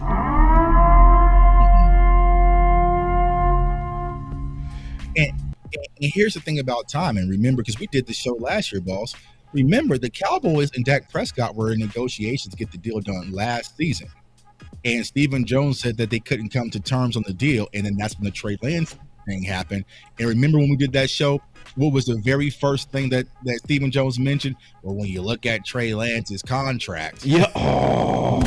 Trey Lance's contract. And that's when I knew, because like I said, when we first did that show, I was excited because I'm like, okay, we got a good, backup quarterback to compete with Cooper. He said, nah, when you look at the years on the contract and years on it, I already knew, bro. So it's just ugly in Dallas. And this is what I hate about it, because at the end of the day, Cowboys Nation, think about this. Even as a worker, you know what I'm saying? We all got jobs. Don't you want to be in your best mindset and have the best work environment? Yes. So how can I be in my best work environment when I got the flagship station over here? They running a smear campaign. I got these people on this show over here. They calling me lazy. You know what I'm saying? It's always something with people inside my building. My people. It's my people doing it. My people. And then I'm trying to work out. I got a damn tour taking pictures. And it's a zoo. It's a zoo. And this is what Dalton Schultz was trying to talk about. Like, bro, I just want to come, do my job, play football, go out there, perform, and go home to my wife and kids. I don't want all this extra. It's going to be even more of a zoo when Trey Lance look good in preseason. Oh, it's going to look even more. So we were talking about that. I think it was pre-show, right? Get ready. Y'all can clip this, do whatever. We're going to see the camp videos where Dak Prescott was 13 or 21. He had an interception, but Trey Lance was 17 and 17. He had Jalen Tolbert on a nice little fade route. Going down. They're going to plant those seeds. It's going down. And as soon as Law Nation actually says, "No, Dak Prescott, they gonna clip it. They gonna get him up out of there." You know what I'm saying? Because you better be on this Trey Lance and start planting them camp seeds, because they gonna want all them videos, bro. You know what I'm saying? It's so predictable. That's the bad part. You know what I'm saying, Big? It's like we see all this unfolding, because like even with the Zimmer thing, I already knew Zimmer came for a 1-year deal before the terms of contract was down. You know what I'm saying? I already knew, because who would be dumb enough to come here and play with Mike McCarthy on a 1-year deal with a guy who's been out of work? You know what I'm saying? Right. and he damn near 70 years old. You feel me? He's the easy guy for you to slide in there, because ain't nobody else in their right mind gonna do that. But let's take an old ass desperate. That's what it was, y'all. Somebody old. Somebody desperate, and somebody who I'm friends with Stephen Jones. Right. That's a good friend of mine. Get out of here. But everybody was mad at me because I called him a grandpa. He is. He's a damn grandpa. They went to Mike Zimmer and Rex Ryan. Who was desperate enough to take this grandpas, and they want to give Bill Belichick 71. I don't know, my bad, boss. 71 about to be 72, and they want to hire him too. Y'all just want to have a whole bunch of Geritol, old ass Geritol. Man, I believe in them old people, man. You know why I believe in them old people? You. No, I'm old. It's right. You the oldest dude in the camp, but go the hardest. You got the most muscles. You fight the hardest. Come on now. Who got the most muscles? You 50-something years old. You got a 6-pack. Now I believe in old people. No, boss. Because see, I will hate on old people, and I'll be old and hate on old people. No, that's what I'm saying, bro. I believe in old people because of you. Hate on old people. I'm old and I'm gonna hate on old people. So damn it, you're not gonna get that from me.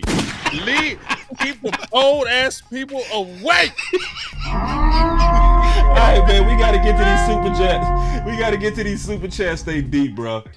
Everybody, y'all go to your channels, man. Let's dig out these super chats, man. Let's go allow some time to get up in here, too.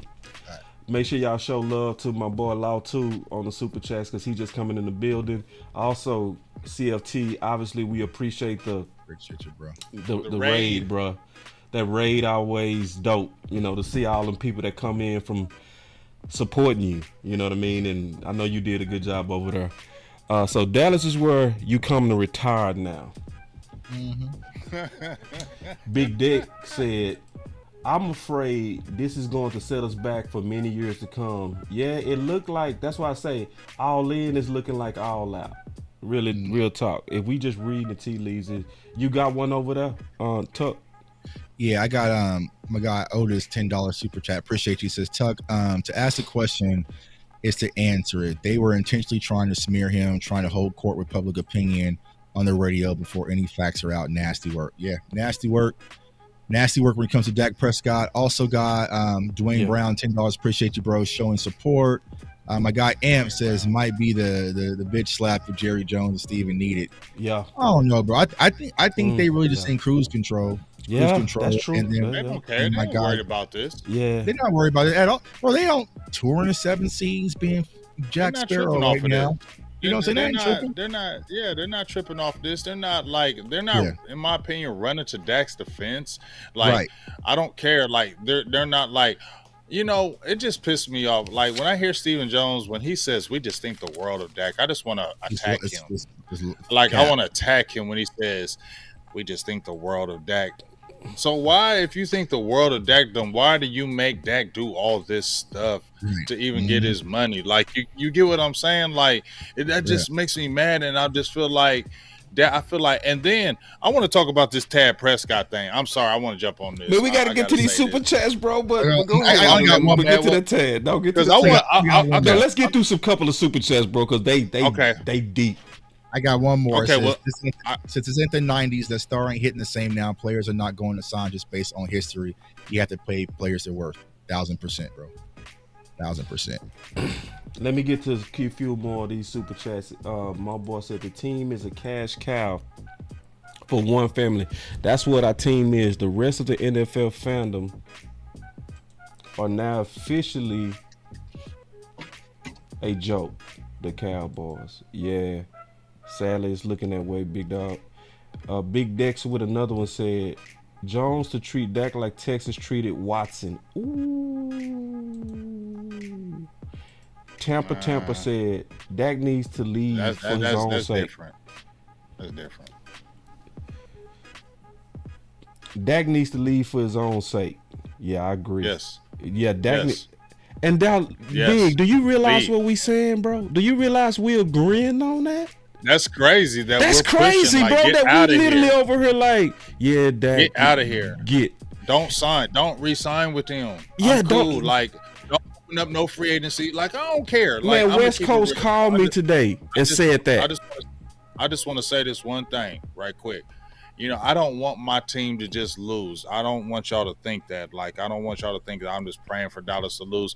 But right now, I don't care. I'm telling Dak, don't re-sign. I don't care if you're opening money for Dallas. Don't. Say F you. Figure it out. I'm going to play my year out.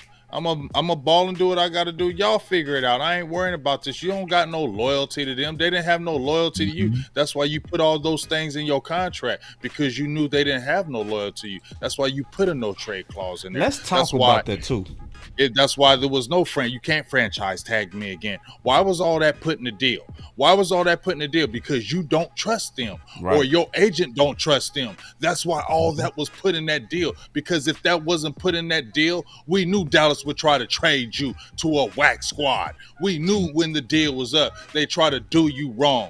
That's why all these parameters were put in that deal. So Dak, just go, bro. We love you. Just go. Damn, I want to see bro. you succeed somewhere else. I want to see you somewhere else. Get out of here. Go. Bye. Leave. I want to see you go somewhere and be prosperous. I don't care if Dallas fails this year. I don't care if anybody hears it. Once again, all y'all listen to me. I don't care if Dallas fails this year. Y'all can hate me, whatever you want. I already said this was going to be a season of regression. I already said they were going to take a back seat. I want them to fail. Yes, I do. Because as long as they are competitive, as long as they're getting 10, in 11, hunt, 12 win seasons, they take it there for will granted. never, ever be changed in Dallas. So you know what? Yes, I want y'all to fall flat on your face. I want Dallas to leave. I want Dallas to fall flat on their face. I want them to lose until they finally understand that their way ain't working. And I don't care what all them stands are saying in these Twitter streets.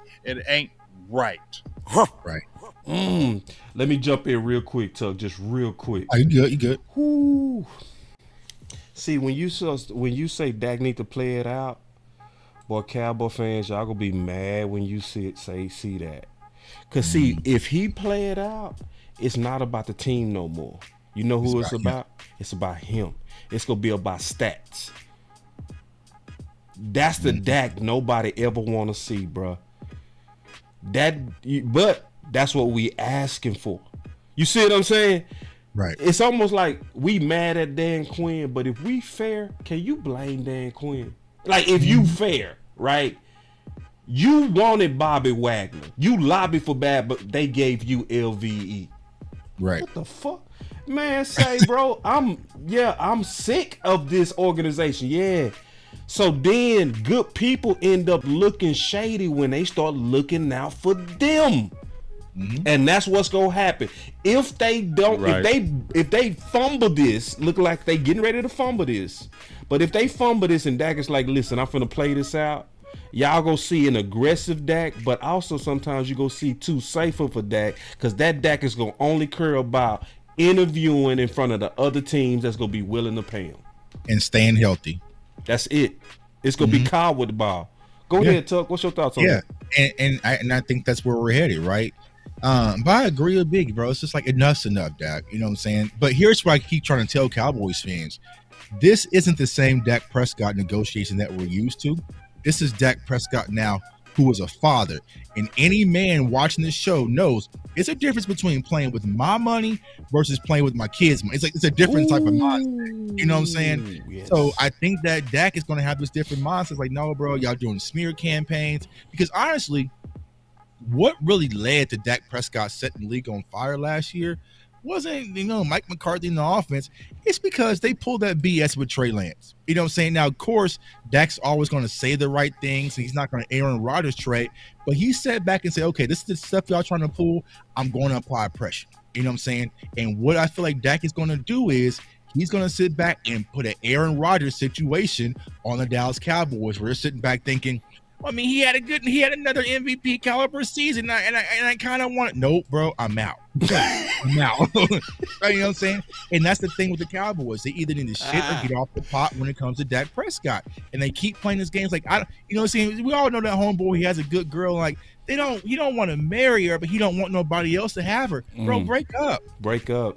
Move on. But she could upgrade. Yeah, she could, bro. She probably is going to upgrade. You know what I'm saying? Yeah. And she's gonna get a ring, and you're gonna look on your Facebook and be sick. But you don't want to make that commitment. So let him go.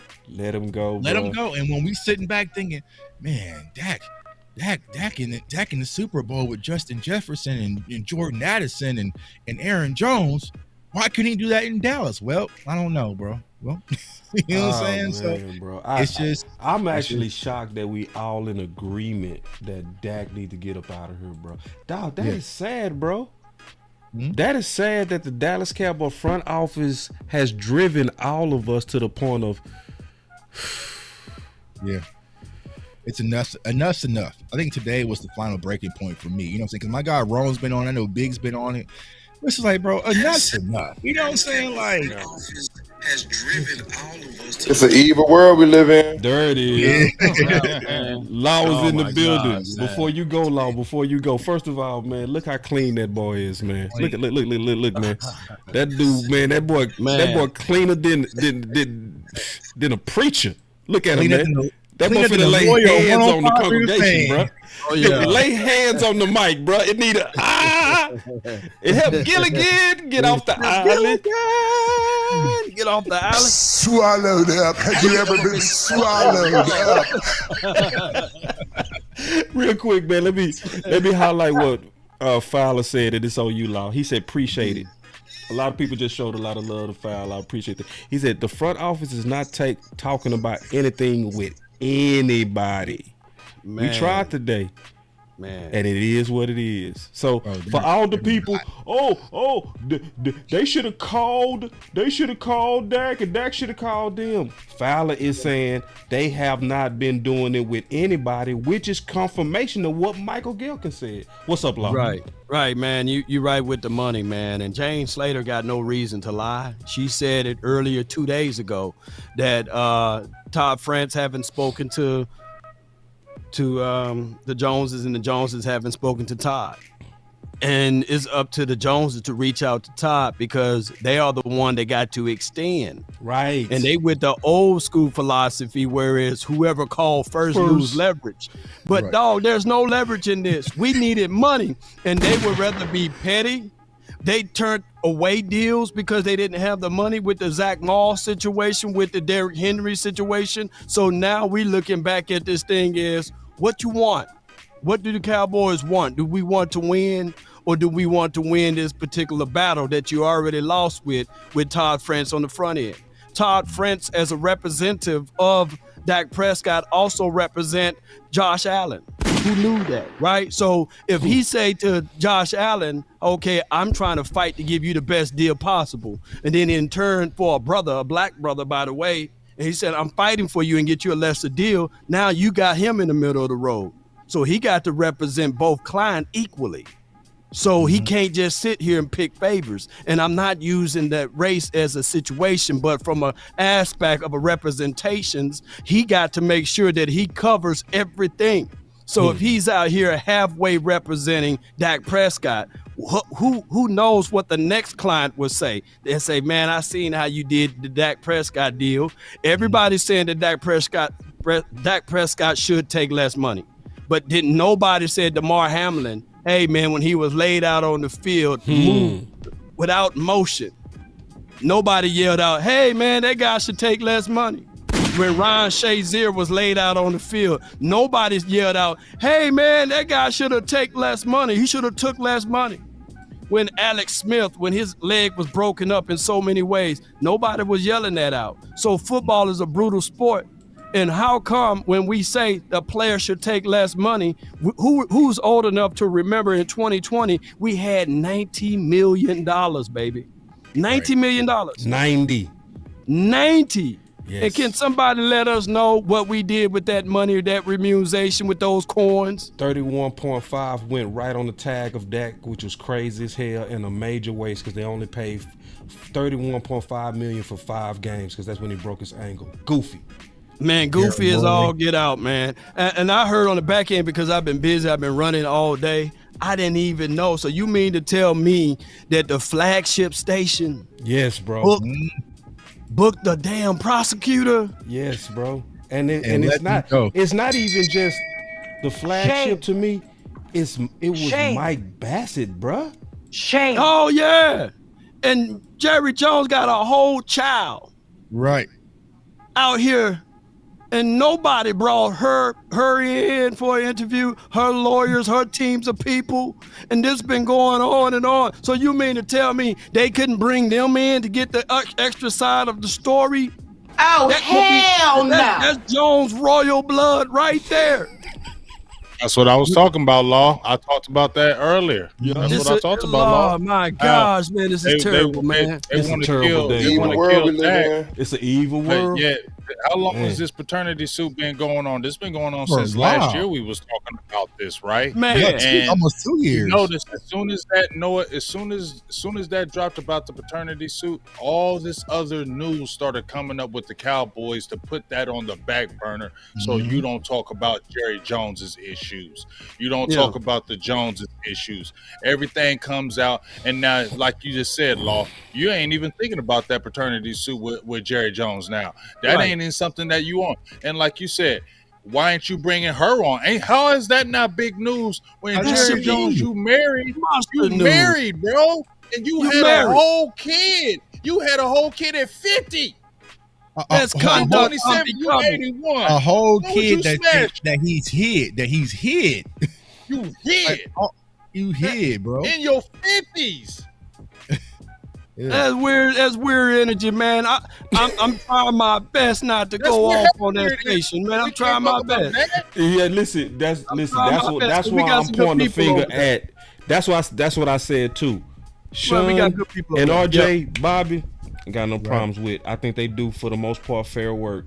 G-Bag Nate, because I don't never want to throw the whole baby out with the whole bathwater. I'm not going to dunk on the whole damn fan for one idiot. I'm not gonna do it. You're not like I'm not gonna do it. I personally have never liked the content of Bassett. Never. I don't like. They have 24 to 48 hours to really retort. Somebody got to speak out against Bassett at this point. I'm going to speak out against that dude. I'm going to say I'm giving 24 to 48 hours. Law Nation giving him 24 to 48 hours. I got some connections I can reach out and touch too. Bassett, you hear me right now? You don't do that, bro. Come on, man. It's you sad, can't be bro.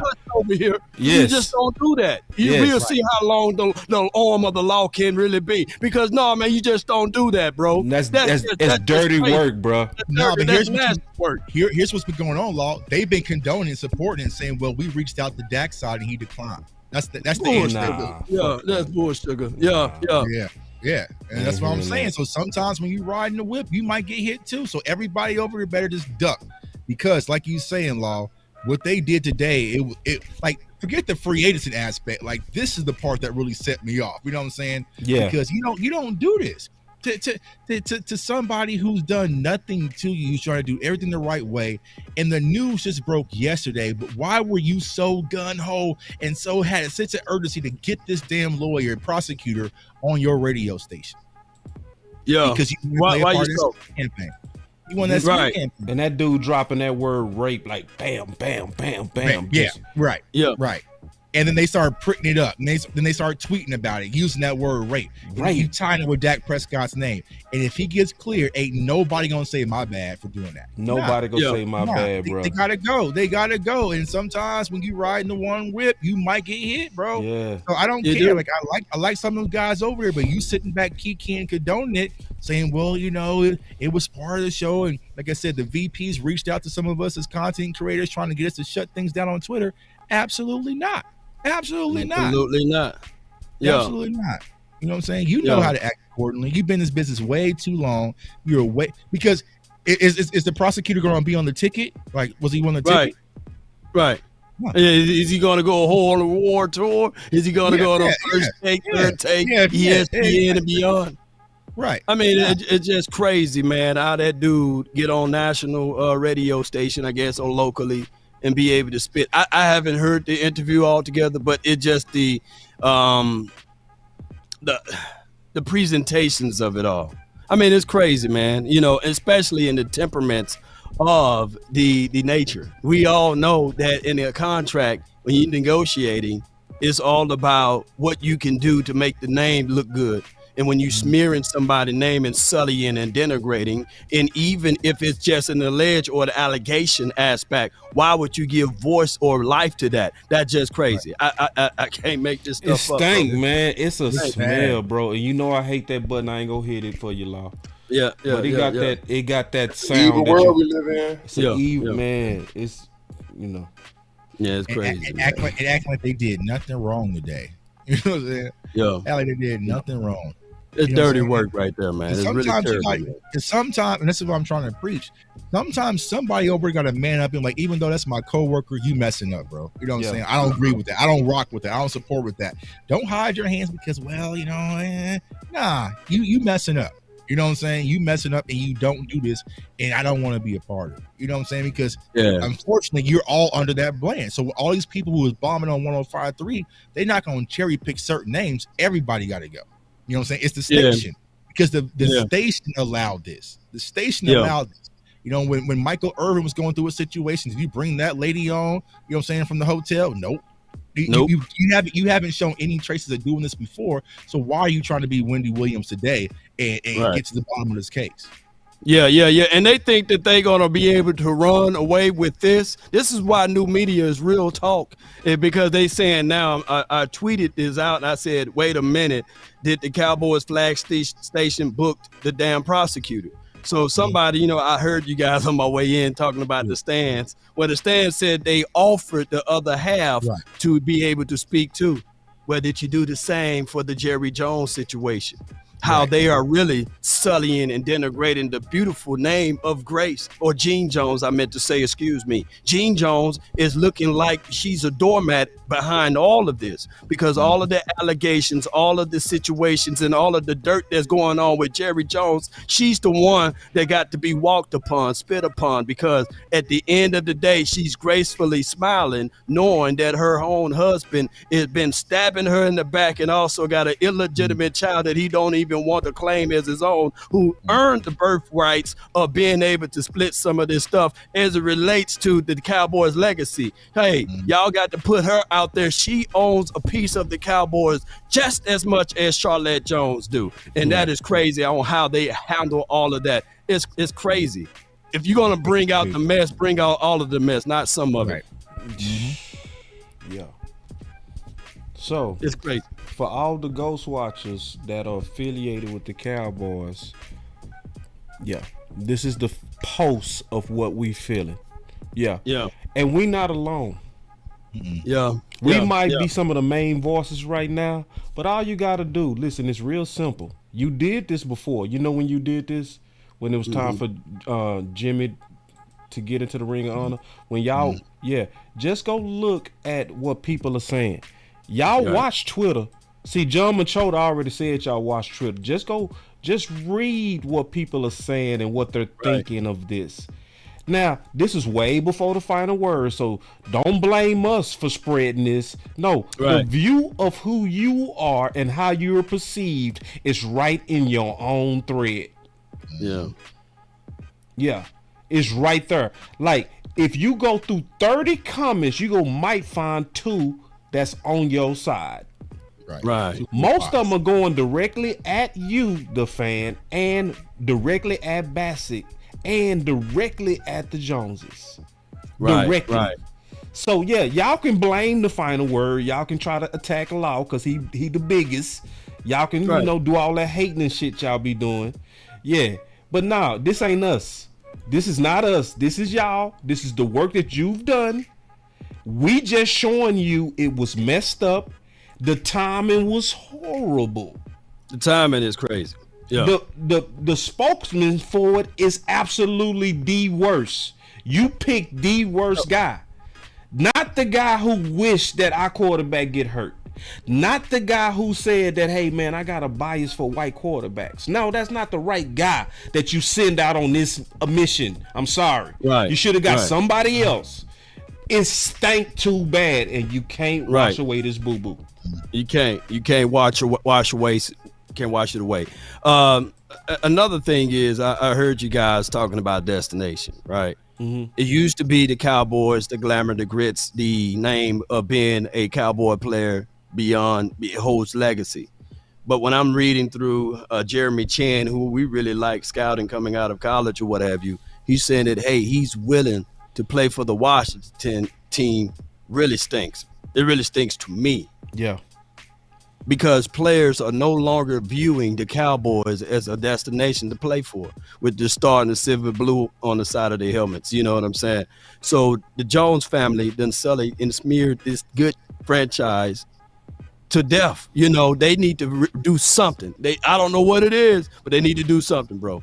They do. It's disappointing. I'm really upset about it. Shout out to Jeremy Chan and salute to my guy Fowler too, and Papa Fowler, Coach Fowler in the chat. I feel you, bro.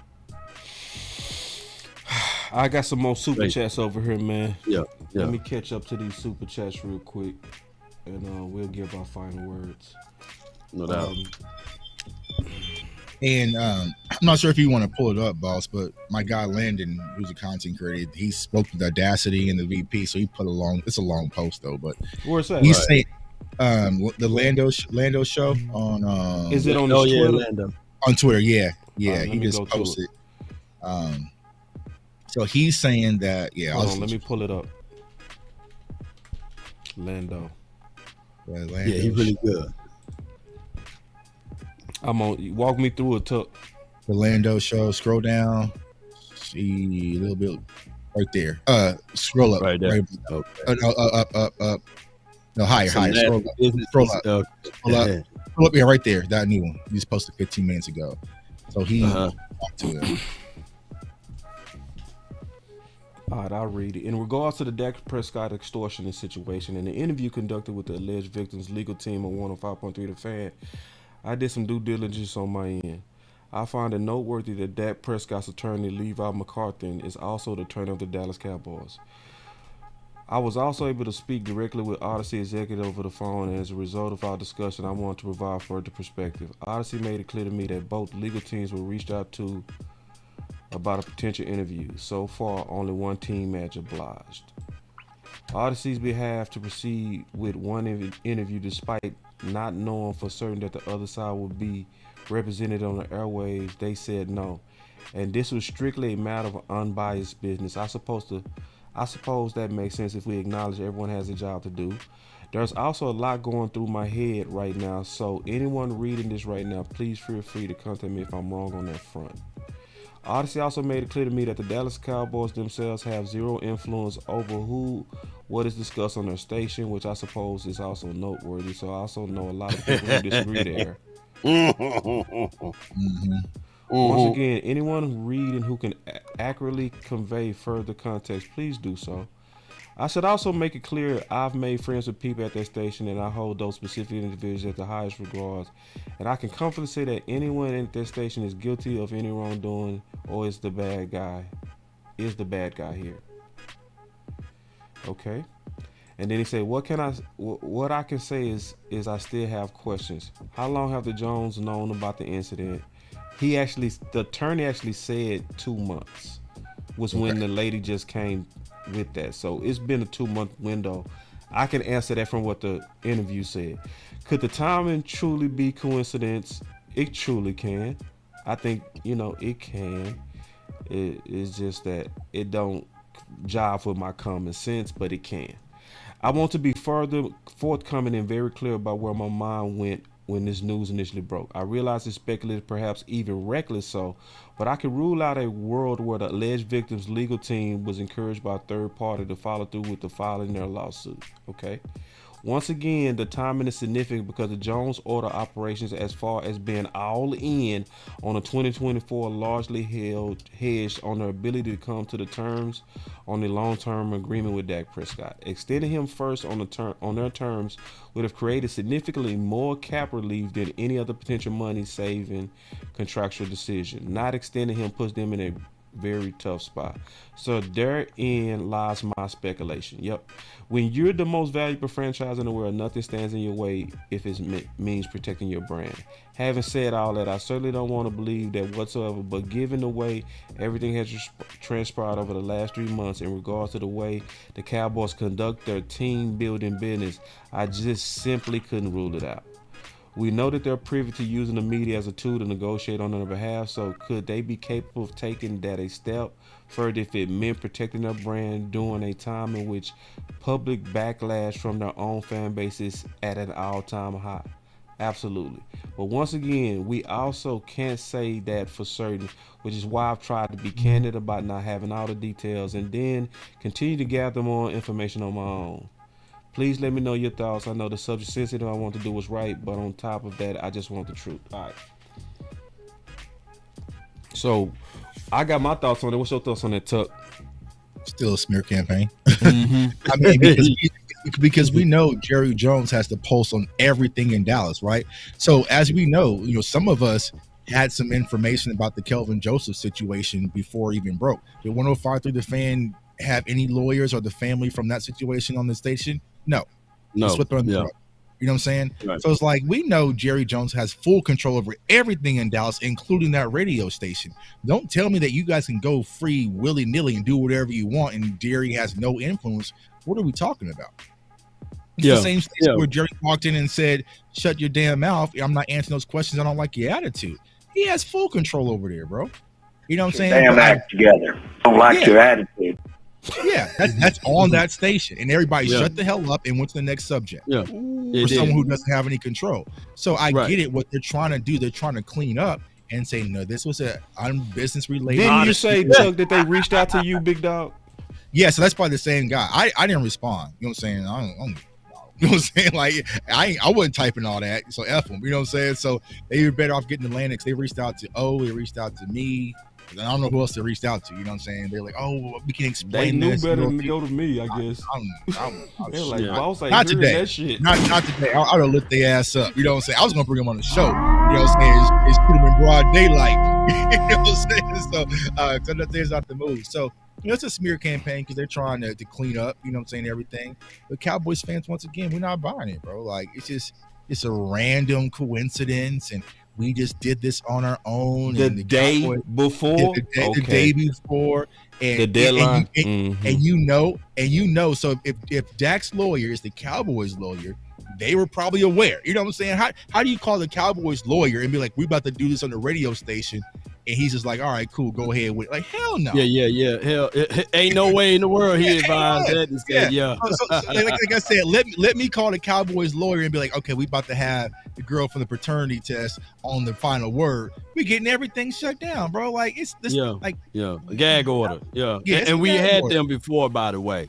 You know, I had some conversations that they pleaded for me not to even divulge, and so I know, you know, and I keep that as a weaponized weapon for my back pocket situation. Right. So I know, you know what I'm saying. It's a certain way I can move around here. I got some stuff that I can really say that I really want to get my way around here. Right. Hey, I remember. It's an evil world. It's an evil world we live in. So you know. It's an evil world we live in. I know. You know what I'm saying? Oh, sir, you can't go there. Oh, and then 5 minutes later, oh, law, man, come on. The person just said I couldn't go there.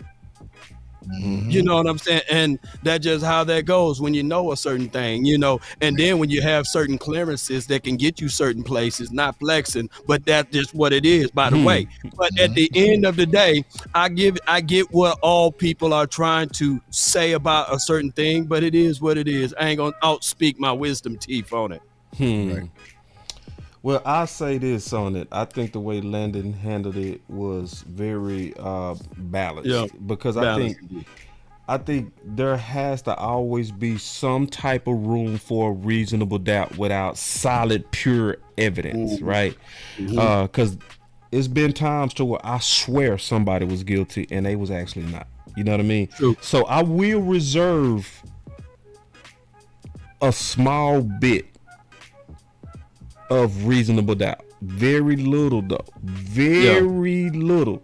Because it's too much of it is so too much like what allegedly they've done in the past. Like we know Dez got up on a pivot and was like, right before my contract, all of a sudden there was a tape about me. It's too much that matched the past for me to just be like, well, the timing. Why your timing always so damn good? Every time one of your players gonna get paid, it's some sleazy shit. Just your timing is just perfect, Dallas. Like, ooh. You said 2 months ago, right, boss? Why 2 months ago? Yeah. In the words of my guy Wanye, who says this right here. Shout out to my guy Wanye Thomas. Does water boil when you first put it on the pot, on the stove? Do water boils when you first put it on the stove? I mean, if you have the stove on.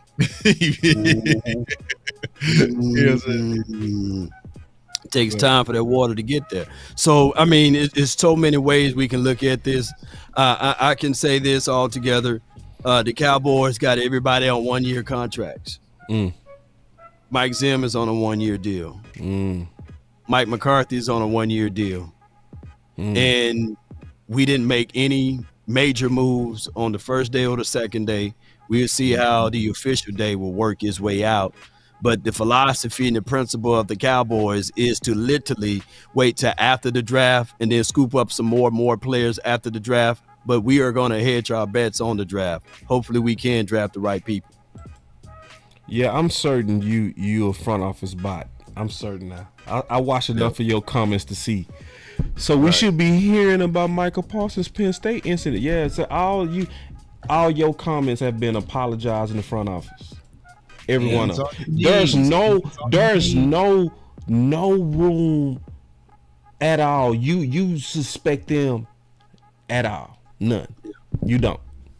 Even though it's all lay people that's shooting though. It's all their people that's shooting.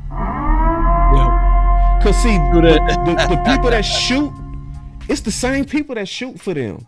I always say them journalists, they're snipers sometimes. Yeah. That's why one of the realest ones has always been Michael Gilkin to me. Eventually we're gonna make an example out of one of y'all. I'm gonna air y'all out in broad daylight.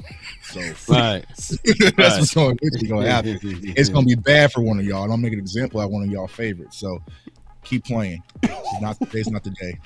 This is too grimy. This is too grimy to be sucking up. This ain't the day for that. Right. You choose another day. This ain't the day. This is nasty. This is something we should be all kind of like, nah. It's Cowboy fans that have walked away from us over today. Today. Yeah. I got one of my boys that been rocking with the Cowboys for 50 years said I'm done. Ain't no way you go smear Dak. No way. Trying to get him cheaper. And then I'll be like, oh yeah, go Cowboys, I'm out. Yeah. It's some people that put way more principles before this fucking start. Right. As we all should. Like, I ain't gonna lie, my boy M hit me up today, was like, hey boss, man, I'm DC4L. I say I might not be, bro. And I meant that. I might not be. Yeah. Cause now I'm not gonna watch good people just get smeared on and then be like, but it was just business. Nah, bro. You just don't handle it that way. It's a certain way to handle it. See, we all resented Jerry at times. I've never felt dirty because of Jerry. You see what I'm saying? I feel dirty under the leadership of Steve. Evil world we live in. I feel dirty. I feel dirty as a fan. I've been mad at Jerry many times, but I've never felt dirty. I feel dirty. Mean that too. So anyway, let me get to these super chats, man. I don't want to know these people. Go ahead, Fly. Well, what I'm just gonna say is other players can see how we handle certain situations. Right. They saw how we sent Amari Cooper off to Siberia, and they can see certain things, whereas how we handle things and how we handle contracts. And like y'all said, Amari Cooper took $6 or $7 million less to stay here. Right? And who remember that? And now that was many of years ago, believe it or not. But now we're seeing that other people, like you said earlier about the Tony Pollard, I'll take less. And then when the Tennessee Titans said, okay, we'll give you this, I'm out. He was the first ones to leave as it relates to the running back room. So, I mean, we losing some of our shine off of this star, and it ain't looking good. But go ahead and get to those super chats, bro. My boss said, but to be such a big Dak fan is crazy. What if it was one of y'all sisters? I got a sister, bro. Yeah, I got a sister. Like faking like a sister. I actually have a sister, bro. So I could tell you what my words would be if she was allegedly raped. I would say turn them in immediately. Yeah. Immediately. Yeah. Yeah. And I would say the timing is gonna look real bad because you coming at this right now, right when it's time for him to get paid. So people go doubt you, sister. This is what I would have said to my sister. Since you want to know Dak, delusional, this is what I would tell my sister. If you go come out with this, come out with it way before it's time for him to get paid, because I don't want nobody doubting your story over money. But the timing of this can make people, for good reason, Doubt it. Now, should we take her serious? Yes. Yeah. Absolutely, we should take her serious. But should we just throw our brain away in a world to where there's so many people that went to jail over false accusations? The world we live in. Oh no, I'm not throwing my brain away, homie. So that's the answer to your question, Dak Delusional. Yeah. I'm from Mississippi. I don't know where y'all from, but I'm from Mississippi. And one of the first stories we were told early in our days growing up is the Emmett Till situation. That whole sequences of events, and I'm not trying to say that woman had anything of that nature going on, but it's the whole way how you walk and handle ladies in general. And it can make one move and one slip, and you can fall and never to reclaim your name, especially being from Mississippi, when things are being pointed against you or when things happen negatively against you. But I'm not finna go into deep details, but there was a certain video a couple of months ago by the name of a Jonathan Majors. We can clearly see that brother was running fast. I was thinking about, hell, if the Cowboys can't find a running back, they should find Jonathan Majors, put a number on him and put a star on the side of his helmet the way he was running away from that lady. Comes to find out, he was convicted. So it's two sides to every situation. Even though he did something small, but we not given the benefit of the doubt. And that's how things can shake when you in the wrong room with a lady. Is always going to be lean heavy towards the lady regardless of the situation. Not saying that Jonathan Majors was a guy that was without fault or blemishes, but those how things can come around when you're messing with the wrong crowd, etc. Here, I'll probably say it probably not a politically correct way, man, but I hate you simp ass cowards like that, bro. Like, what if it was your sister? What if it was you, bro? What if some broad from college has made up something about you? We supposed to just jump to conclusions and jump out the window, bro. Like, not today, dog. Not today. I hate y'all simp. What if it was your sister? What if it was you? Y'all know any chick that you talked to in the last 15 years can come out and say, I did this. And without reasonable doubt, everybody online would kind of just jump to conclusions because I'm the biggest name. Or you're the biggest name. Boss Cowboy did this to me in 8th grade. You know what I'm saying? And y'all just jump out the goddamn window because y'all goddamn sips. Let things play out. Let things play out. Let it play out. You have zero facts. You don't even know the story. Didn't even listen to the goddamn interview on 105 through the Fan and want to jump and say, the world we live in. You know what I'm saying? Like, God damn, bro. Like, let it play out. But you got this. Your whole identity is on hating Dak. Dak's delusional. That's your YouTube name. You sit here and watch the whole 2-hour show with Dak's delusional. Go get some money. Why are you here, bro? Like, you want to sit here and, you know what I'm saying, and cap and saying that to get Dak out of here, you're part of the problem. You are the dumbass Cowboys fans this front office can manipulate. You want answers? You know what I'm saying? And I bet you if I peeled off your Abby, I know exactly what you look like too. I said if I ripped that Abby off. You can't handle the truth. Mask off your ass, I know exactly what you look like. Today's not today. Roasted, brother. God damn it. God. Say. Cornballs, bro. Y'all not coming from my channel. Y'all know we on Rocket channel. Oh my goodness! You're the J Tuck who blocks people on Twitter. Yeah, and I block them on YouTube too, and Instagram, and on TikTok. And when I walk around AT&T Stadium, you gonna salute me. Eddie drinking Sprite. Man. I'm sober, man. But I'm sick of it. Thank you. It's cowardly, bro. Like, it's just an open opportunity attack on Dak, and it shows how it worked. Yeah, I might cut that one. Yeah, that's a cut. That's a cut. That deserves his own clip right there. That whole realm. It's just crazy, bro. Like, it's just crazy. They found the open opportunity to attack Dak. Here we gonna go with it. With it. You know what I'm saying? Like, hell no. Yeah. See, hold on real quick. No. See, this is where where he right. He said the fact that y'all saying it's a smear before the evidence. No, we talking about it's a smear from the timing of one particular person, and that's the dude who has a history of saying some bullshit. So why can't you put 2 and 2 together? This same dude was saying that he had some news that Dak might not ever play again. This same dude who booked this interview is the same person who was hoping that Dak get hurt. This the same. You know what? Dude. You know what, boss? Yeah. I would say I apologize if Mike Bossick, what's his name? Is his name? Yeah.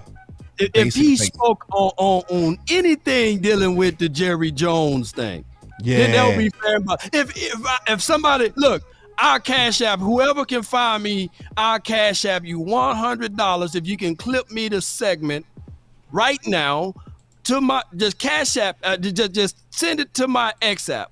I Cash App you $100 if you can clip Mike talking about that thing with Jerry Jones on the radio station. And I was thinking $200 if the delusional Dak fan posts a selfie of himself in public. $200. So that's the equivalent of $300, Dak delusional, that you can make. You know what I'm saying? Be the most money you touched in your life. Come on with it, baby. Let's go. Pull your Scooby-Doo mask off, coward. You want to reveal yourself, bro. Reveal yourself. Jeez. Reveal yourself. Yeah, man. Let me get to these super chats. I've been trying to get to these super chats all day.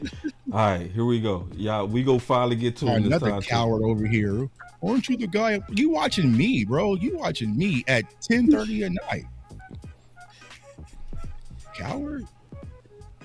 Like, oh my God. Tuesday night, you over here hating in my chat. You ain't, you know what I'm saying? The only reason you're able to talk in my chat is because I'm not streaming, because you can't even talk in my chat if you're not subscribed. But you watching me. You not gonna do nothing either. None of y'all are. None of y'all are. He said, if it ain't no smear, take it to the police. Man, Tuck going crazy right now, man. I like this angry Tuck. Real quick.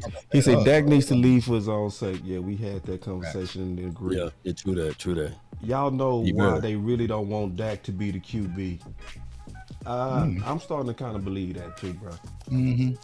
Yeah, I'm starting to really believe that. I didn't used to believe that, but yeah, it's starting to look like it's deeper than football. It really is. Right. The best part of Dak's contract is he controls his own destiny. It's even more valuable now. Yeah. And then I'm almost finished. I got one more. Dang, when Jerry said not building for future, didn't think he was meaning like this, right?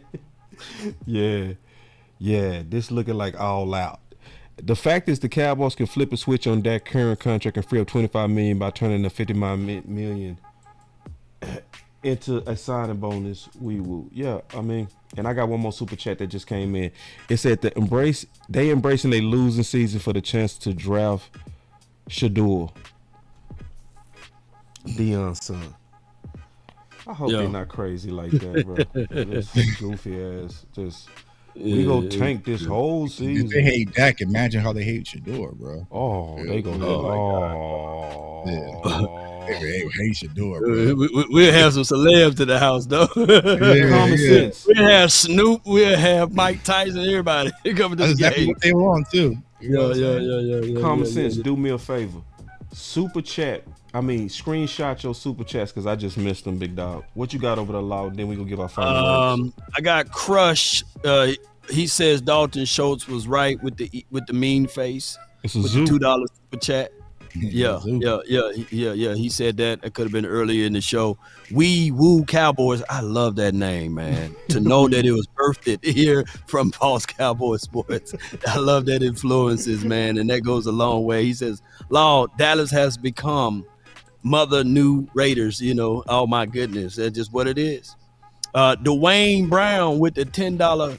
He just want to just say showing support.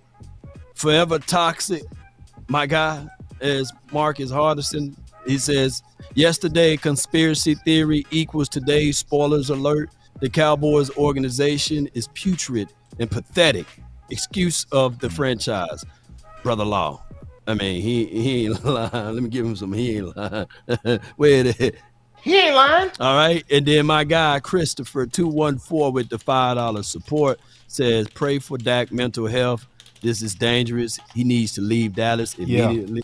Yeah. Well, that's a good one. That's a very good one. Right? I mean, I'm at the point that I want Dak to go. I want him. Low? We all saying it, Law. We all saying it though. I just want him to go. Even Law. Man, even Bro, me, I man. said it. I want West the man to Coast go. said it today. He called me and said it. I just figured out Jay Tuck feel like that today. And Big, now Law. Bro, this is bad. Man, because it's such a toxic situation, you know, and there's no really, you know, personal feelings about this. I get it. I understand how the Jones family is trying to operate and run and these sorts of things. I was on the show, me and Big Game James and Skywalker still, we was doing the live play-by-play. When Dak Prescott ankle shattered into 1,000 pieces and the bone protruded through the skin and he was trying to put it together. That was the first time I ever seen Big Game James. I don't mean to put you out here, bro. But that was the first time I seen my guy Big Game James cry. Because of the nature of how much heat they gave Dak Prescott on the front end of it.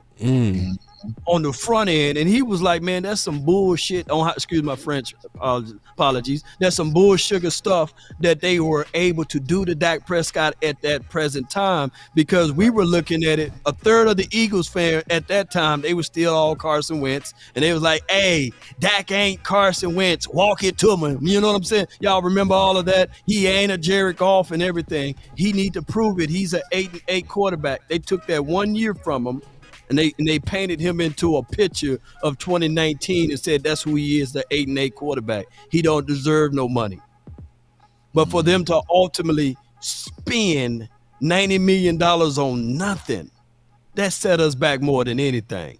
Because if we were to really put Prescott at that time, we wouldn't even be talking about what we're talking about today. So I'm finna go ahead and get my final words, man.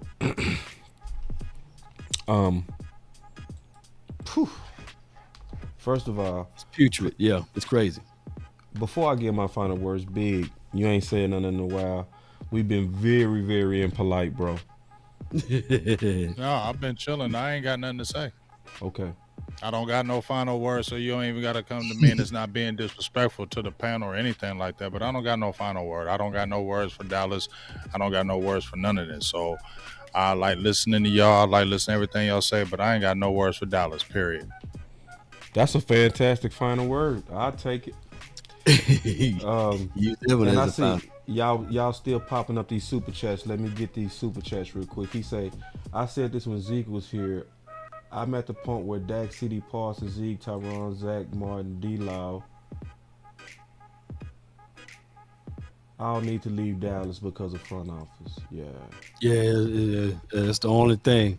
Because all of us, I believe, was fans of the Cowboys before they bought the team. I know, boss. I don't know how old you are, Yeah, Jay. I was. But yeah, I believe we Before. all. Yeah. Before they bought the team. Yeah. Yeah. It's hard, man. It's hard, man. When I see that silver and blue, and I know what it used to represent, and how those boys just have this unchangeable mind. Like they literally have this unchangeable mind on their philosophy. For them to literally say, well, I don't want to pick up the phone. They got to call me last year during the trade deadline. For us to know on the front end that we had a weak linebacker room. We had a guy with a half of a neck. We had Overshawn that was already depleted before the season kicked off. And we didn't really identify nothing with that linebacker situation. And for Dan Quinn, the sabotage man, to rob us of all of our resources, to ship off our defensive tackle, by the way, and to also get rid of our linebackers, for us to go ultimately to the playoff game to get beat down like we did against Green Bay, and nobody got fired from it. Literally, they were willing to bring Dan Quinn back. And I heard one of your videos, boss. It said that that's the finite reason why when you have a sales job, they don't give you 2-week notice. Nope. Yeah. But also within the confines of a sales job, they also have a non-compete clause. Whereas, Facts. Just because you was here, you got insider information. True. That we can't allow you to work for Apple and go to IBM. You're going to have to sit out for a extenuate 2 years amount of time so that the stuff that we have that's tangible, that you can't use it against us. They literally allowed Dan Quinn to go eat with the ops to provide certain details on how we operate and move on this team. At the end of the day, Dan Quinn was never fired. He walked away. On top of that, he didn't even get the job initially from Washington. They wanted Ben Johnson. Right. So now that's even more of an evil world for us, because now he's trying to prove a point. So he's trying to rob us of all of our resources. We supposed to sit back and allow this to happen? This is flat out war. I can't stand the Washington team. It goes all the way back to it goes all the way back to the late 80s and the early 90s. I can't stand that Washington team. The young fans don't understand the hatred that we have. But at the end of the day, man, for him to go there and to bring a third of the team, man, that's crazy. I tell people all the time, man, it's finna get worse. It's gonna get worse, man. He gonna take more. Oh man, let's go get me get my final word, man. I'm loving this to a degree. Meltdown. Yeah, just a little bit. Because when they writing articles about the meltdown of the fans, that mean that it's trending, and it's so loud that you can't ignore it. See, this type of anger can get you off your yacht. You see what I'm saying? When it's just oodles and oodles of evidence of Dallas Cowboy anger at the lack of any kind of, it's not even just that they ain't doing no free agency and the start of free agency. It's the optics. It's y'all on a boat. It's the fact that Michael Gilkin put out there that y'all ain't talking to none of the agents. It's the total opposite of what you said. You said all in, and then you looking all the way out. So I because I truly know that our voice matter, I love the fact that we are loud together, because I really do believe this can bring change. When we divide it, when we have fractions, when some people sucking up, other people angry, that gives them cover to stay the same. But when we all mad, we can change. So that's the thing that I take away from this that's positive. Now, in terms of the timing, I will give 5% reasonable doubt to Mike Bassett, as well as the fan. I'm going to give them 5%. 95% of this, I just have a very, very strong stench about the timing, about the way, about the who brought this out and scheduled the appointment. I don't like it. Those dots connect to shadiness, evilness, suck-upness, and doing the Joneses a favor. If you say it don't look like that, you lying. You are a straight up liar. And sometimes you can be guilty of what it looks like. That's my final word. Yeah. So my final word is, I know Cowboys Nation the last few days have been frustrating for a lot of us, because at the end of the day, man, we bleed silver and blue. Like, we can't get away from this team if we want to. I'm trying, you know what I'm saying? I'm trying, but it's just like, it's just in our veins. And just like Big Game was saying, it's kind of frustrating knowing that they don't really care about football. It's not about winning on the field. It's more about deals and means. And like, honestly, if Dak Prescott was to sign an extension tomorrow for a cheaper deal, let's say he was pushing for 60, but he does 52, this whole thing kind of goes away. You know what I'm saying? They'll clean up this mess. You know what I'm saying? But it's just, it's so frustrating because we have to deal with this mess. And I see how the Cowboys treat their players. I see how the Cowboys treat their, fans. I see how they even treat us as content creators. And like, a lot of this stuff just don't sit Talk right. about that real quick, man, the content creator treatment. Can you elaborate on that? Especially because you came from Radio Row with the Super Bowl. Kind of expound on that if you don't mind. Yeah. So we talked about this, off screen, but it's like, for Law to have 125,000 subs, followers, probably even more than right now, right? and not be piped in with the Cowboys. It's disgusting to me. You know what I'm saying? Because like I already see what's going on with Washington with my guy Rio. Since my guy Rio, they are already doing work with the content creators. I see how content creators are being embraced by other teams. But for some reason, how was you embraced in Kansas City at the Super Bowl? I had the red carpet treatment. As y'all saw, I was sitting front row and got to interview Pat Mahomes after he won the Super Bowl MVP. And for those of you who know, I'm sitting next to the LA Times, I'm sitting in New York Times, ESPN, everybody, and they only call on a select few. It was like 150 people in there, reporters in there.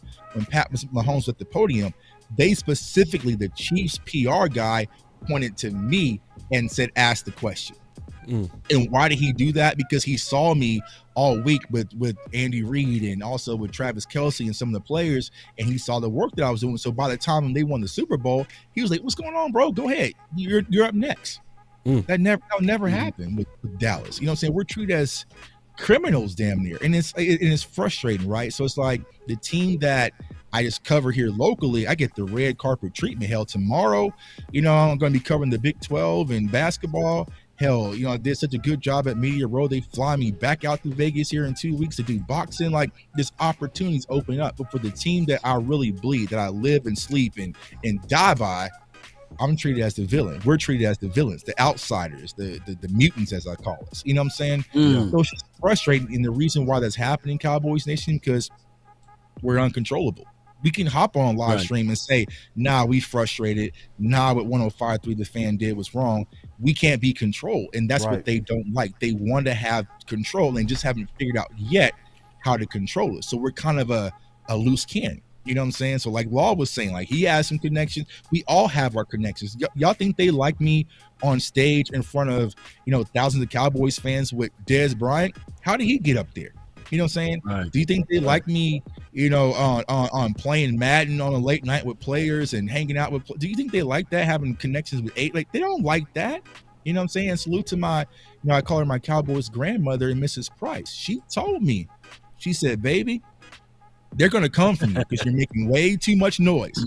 Just like they came for me, they're going to come for you because you're getting too close and I see you shining and you're making way too much noise. And I said, Mrs. Price, I love you, but let them come. I'm ready. You know what I'm saying? So that's why you kind of see some of this, you know what I'm saying, the stuff that comes out, you know what I'm saying? So it's like, it's frustrating because it shouldn't have to be this way. We are here, you know what I'm saying, to help this team win. Y'all think we do hours and hours and do the draft show and mock drafts and 7 rounds and all this stuff because we just want to for our health? No, because we're trying to find every way to help this team win. That is what we're here for, solely to help this team win and to uplift Cowboys fans' voice. But for some reason, we're criminalized for doing that.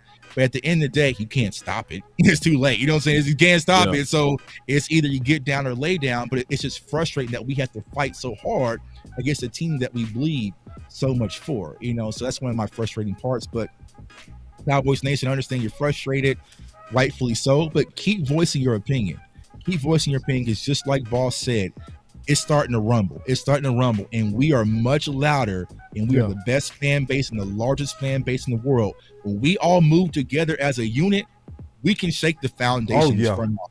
We got some people who's kind of scared and they don't understand. Like, nah, it's move or get rolled over, and we're gonna move. We saw what we did just to 105.3 The Fan. They reached. I never talked to them people at any time before. No vice president or whatever his name was from 105.3 The Fan. Why is he reaching out to me, Landon, Professor O? Because he saw us shaking that foundation of 105.3 The Fan.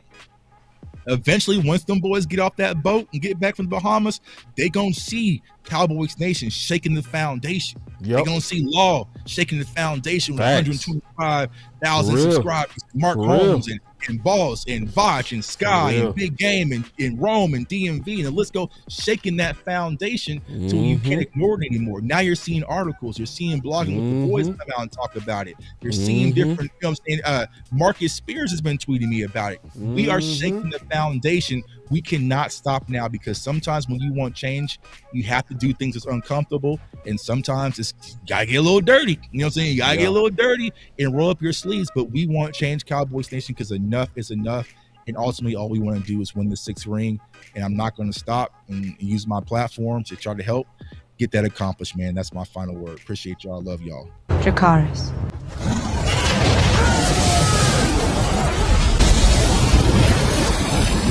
Glad you came on today, bro. For real. And thanks for having me. Thanks for having me, man. So very good job.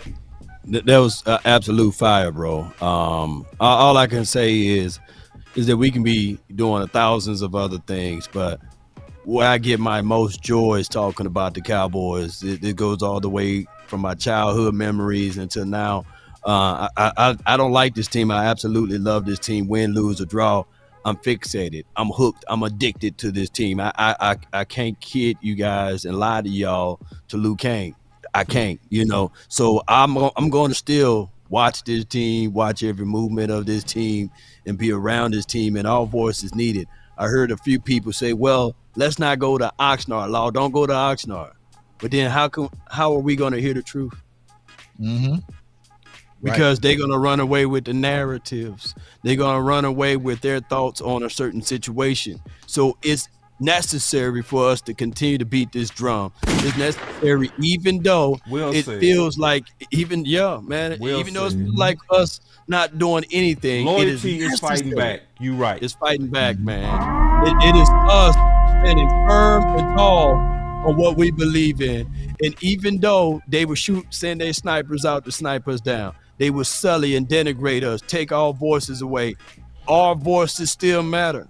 So I got to be the voice for the voiceless. I believe that a third of you guys, or more than you guys, are watching and y'all want to hear Law for the truth, not for this watered down messages that y'all get from the other people. So of course we're gonna still lock arms. We still gonna go out there, win, lose, or draw, even though I hate putting money back and making those boys even richer. But I get it. I understand. It is still necessary. It is still necessary for us to lock arms, for us to continue to do these type of platforms. It is still necessary for us to call out the individuals like the Mike Bossick, whatever his name may be. It is still necessary for us to do these type of things because it raised the attention. I just tweeted that thing out. It already got 10,000 views, 10,000 people. And I can see the stands, people saying that, well, wait a minute, they call both sides equally. But now the counter to that is, okay, now let's talk about the other allegation, the illegitimate child of the nature. Let's hear both parties speak on that. Mm-hmm. You won't. So what's good for the goose is good for the gander. You can't slick talk us, Right. So that's just what it is. And we're going to continue to do that. Their nose might turn up, but if I ever disappear or anything happen to us, y'all already know where it came from because we've been spitting our mind and y'all know, hey, that person was touched by that particular family because he was speaking the truth. And all it does is going to lift us up even more. That's just how that goes, Cowboy Nation. Hey, that's all of the final word that I have for today, man. But I appreciate all of y'all. Let's continue to grind and shine, Cowboy Nation, one way or another. Let's get it. Man, let's get it, man. Great final word, man. I always appreciate you, boys. They on the next. They on them next. And see how we can go 3 hours purely off content and passion. They can't cook like this. It was 3 hours. We went 3 hours. 3 hours. I just wanna run it up. Can we check or something? I've been really in the field, let up. Yeah. Took. We went 3 hours, bro. 3 hours, bro. It's 11 o'clock. You started like at 8:15. I completely lost track of time, bro. See, that's the difference between them. It's a job, and it's asking us. Did you ever read in between the lines? For it to be 100 million, that lady got some money. Yeah. No, she's somebody high in a high place with some high money. I heard she was a waitress. Oh, yeah. Or a bartender. That's the one. That's a whole nother conversation. Oh wow! I'm gonna dig up. I'm gonna dig some stuff. Or it could be one of those. Swallow that. Right. It could be one of those shoot for the stars, but if you land on the moon, you still win farther than anybody else.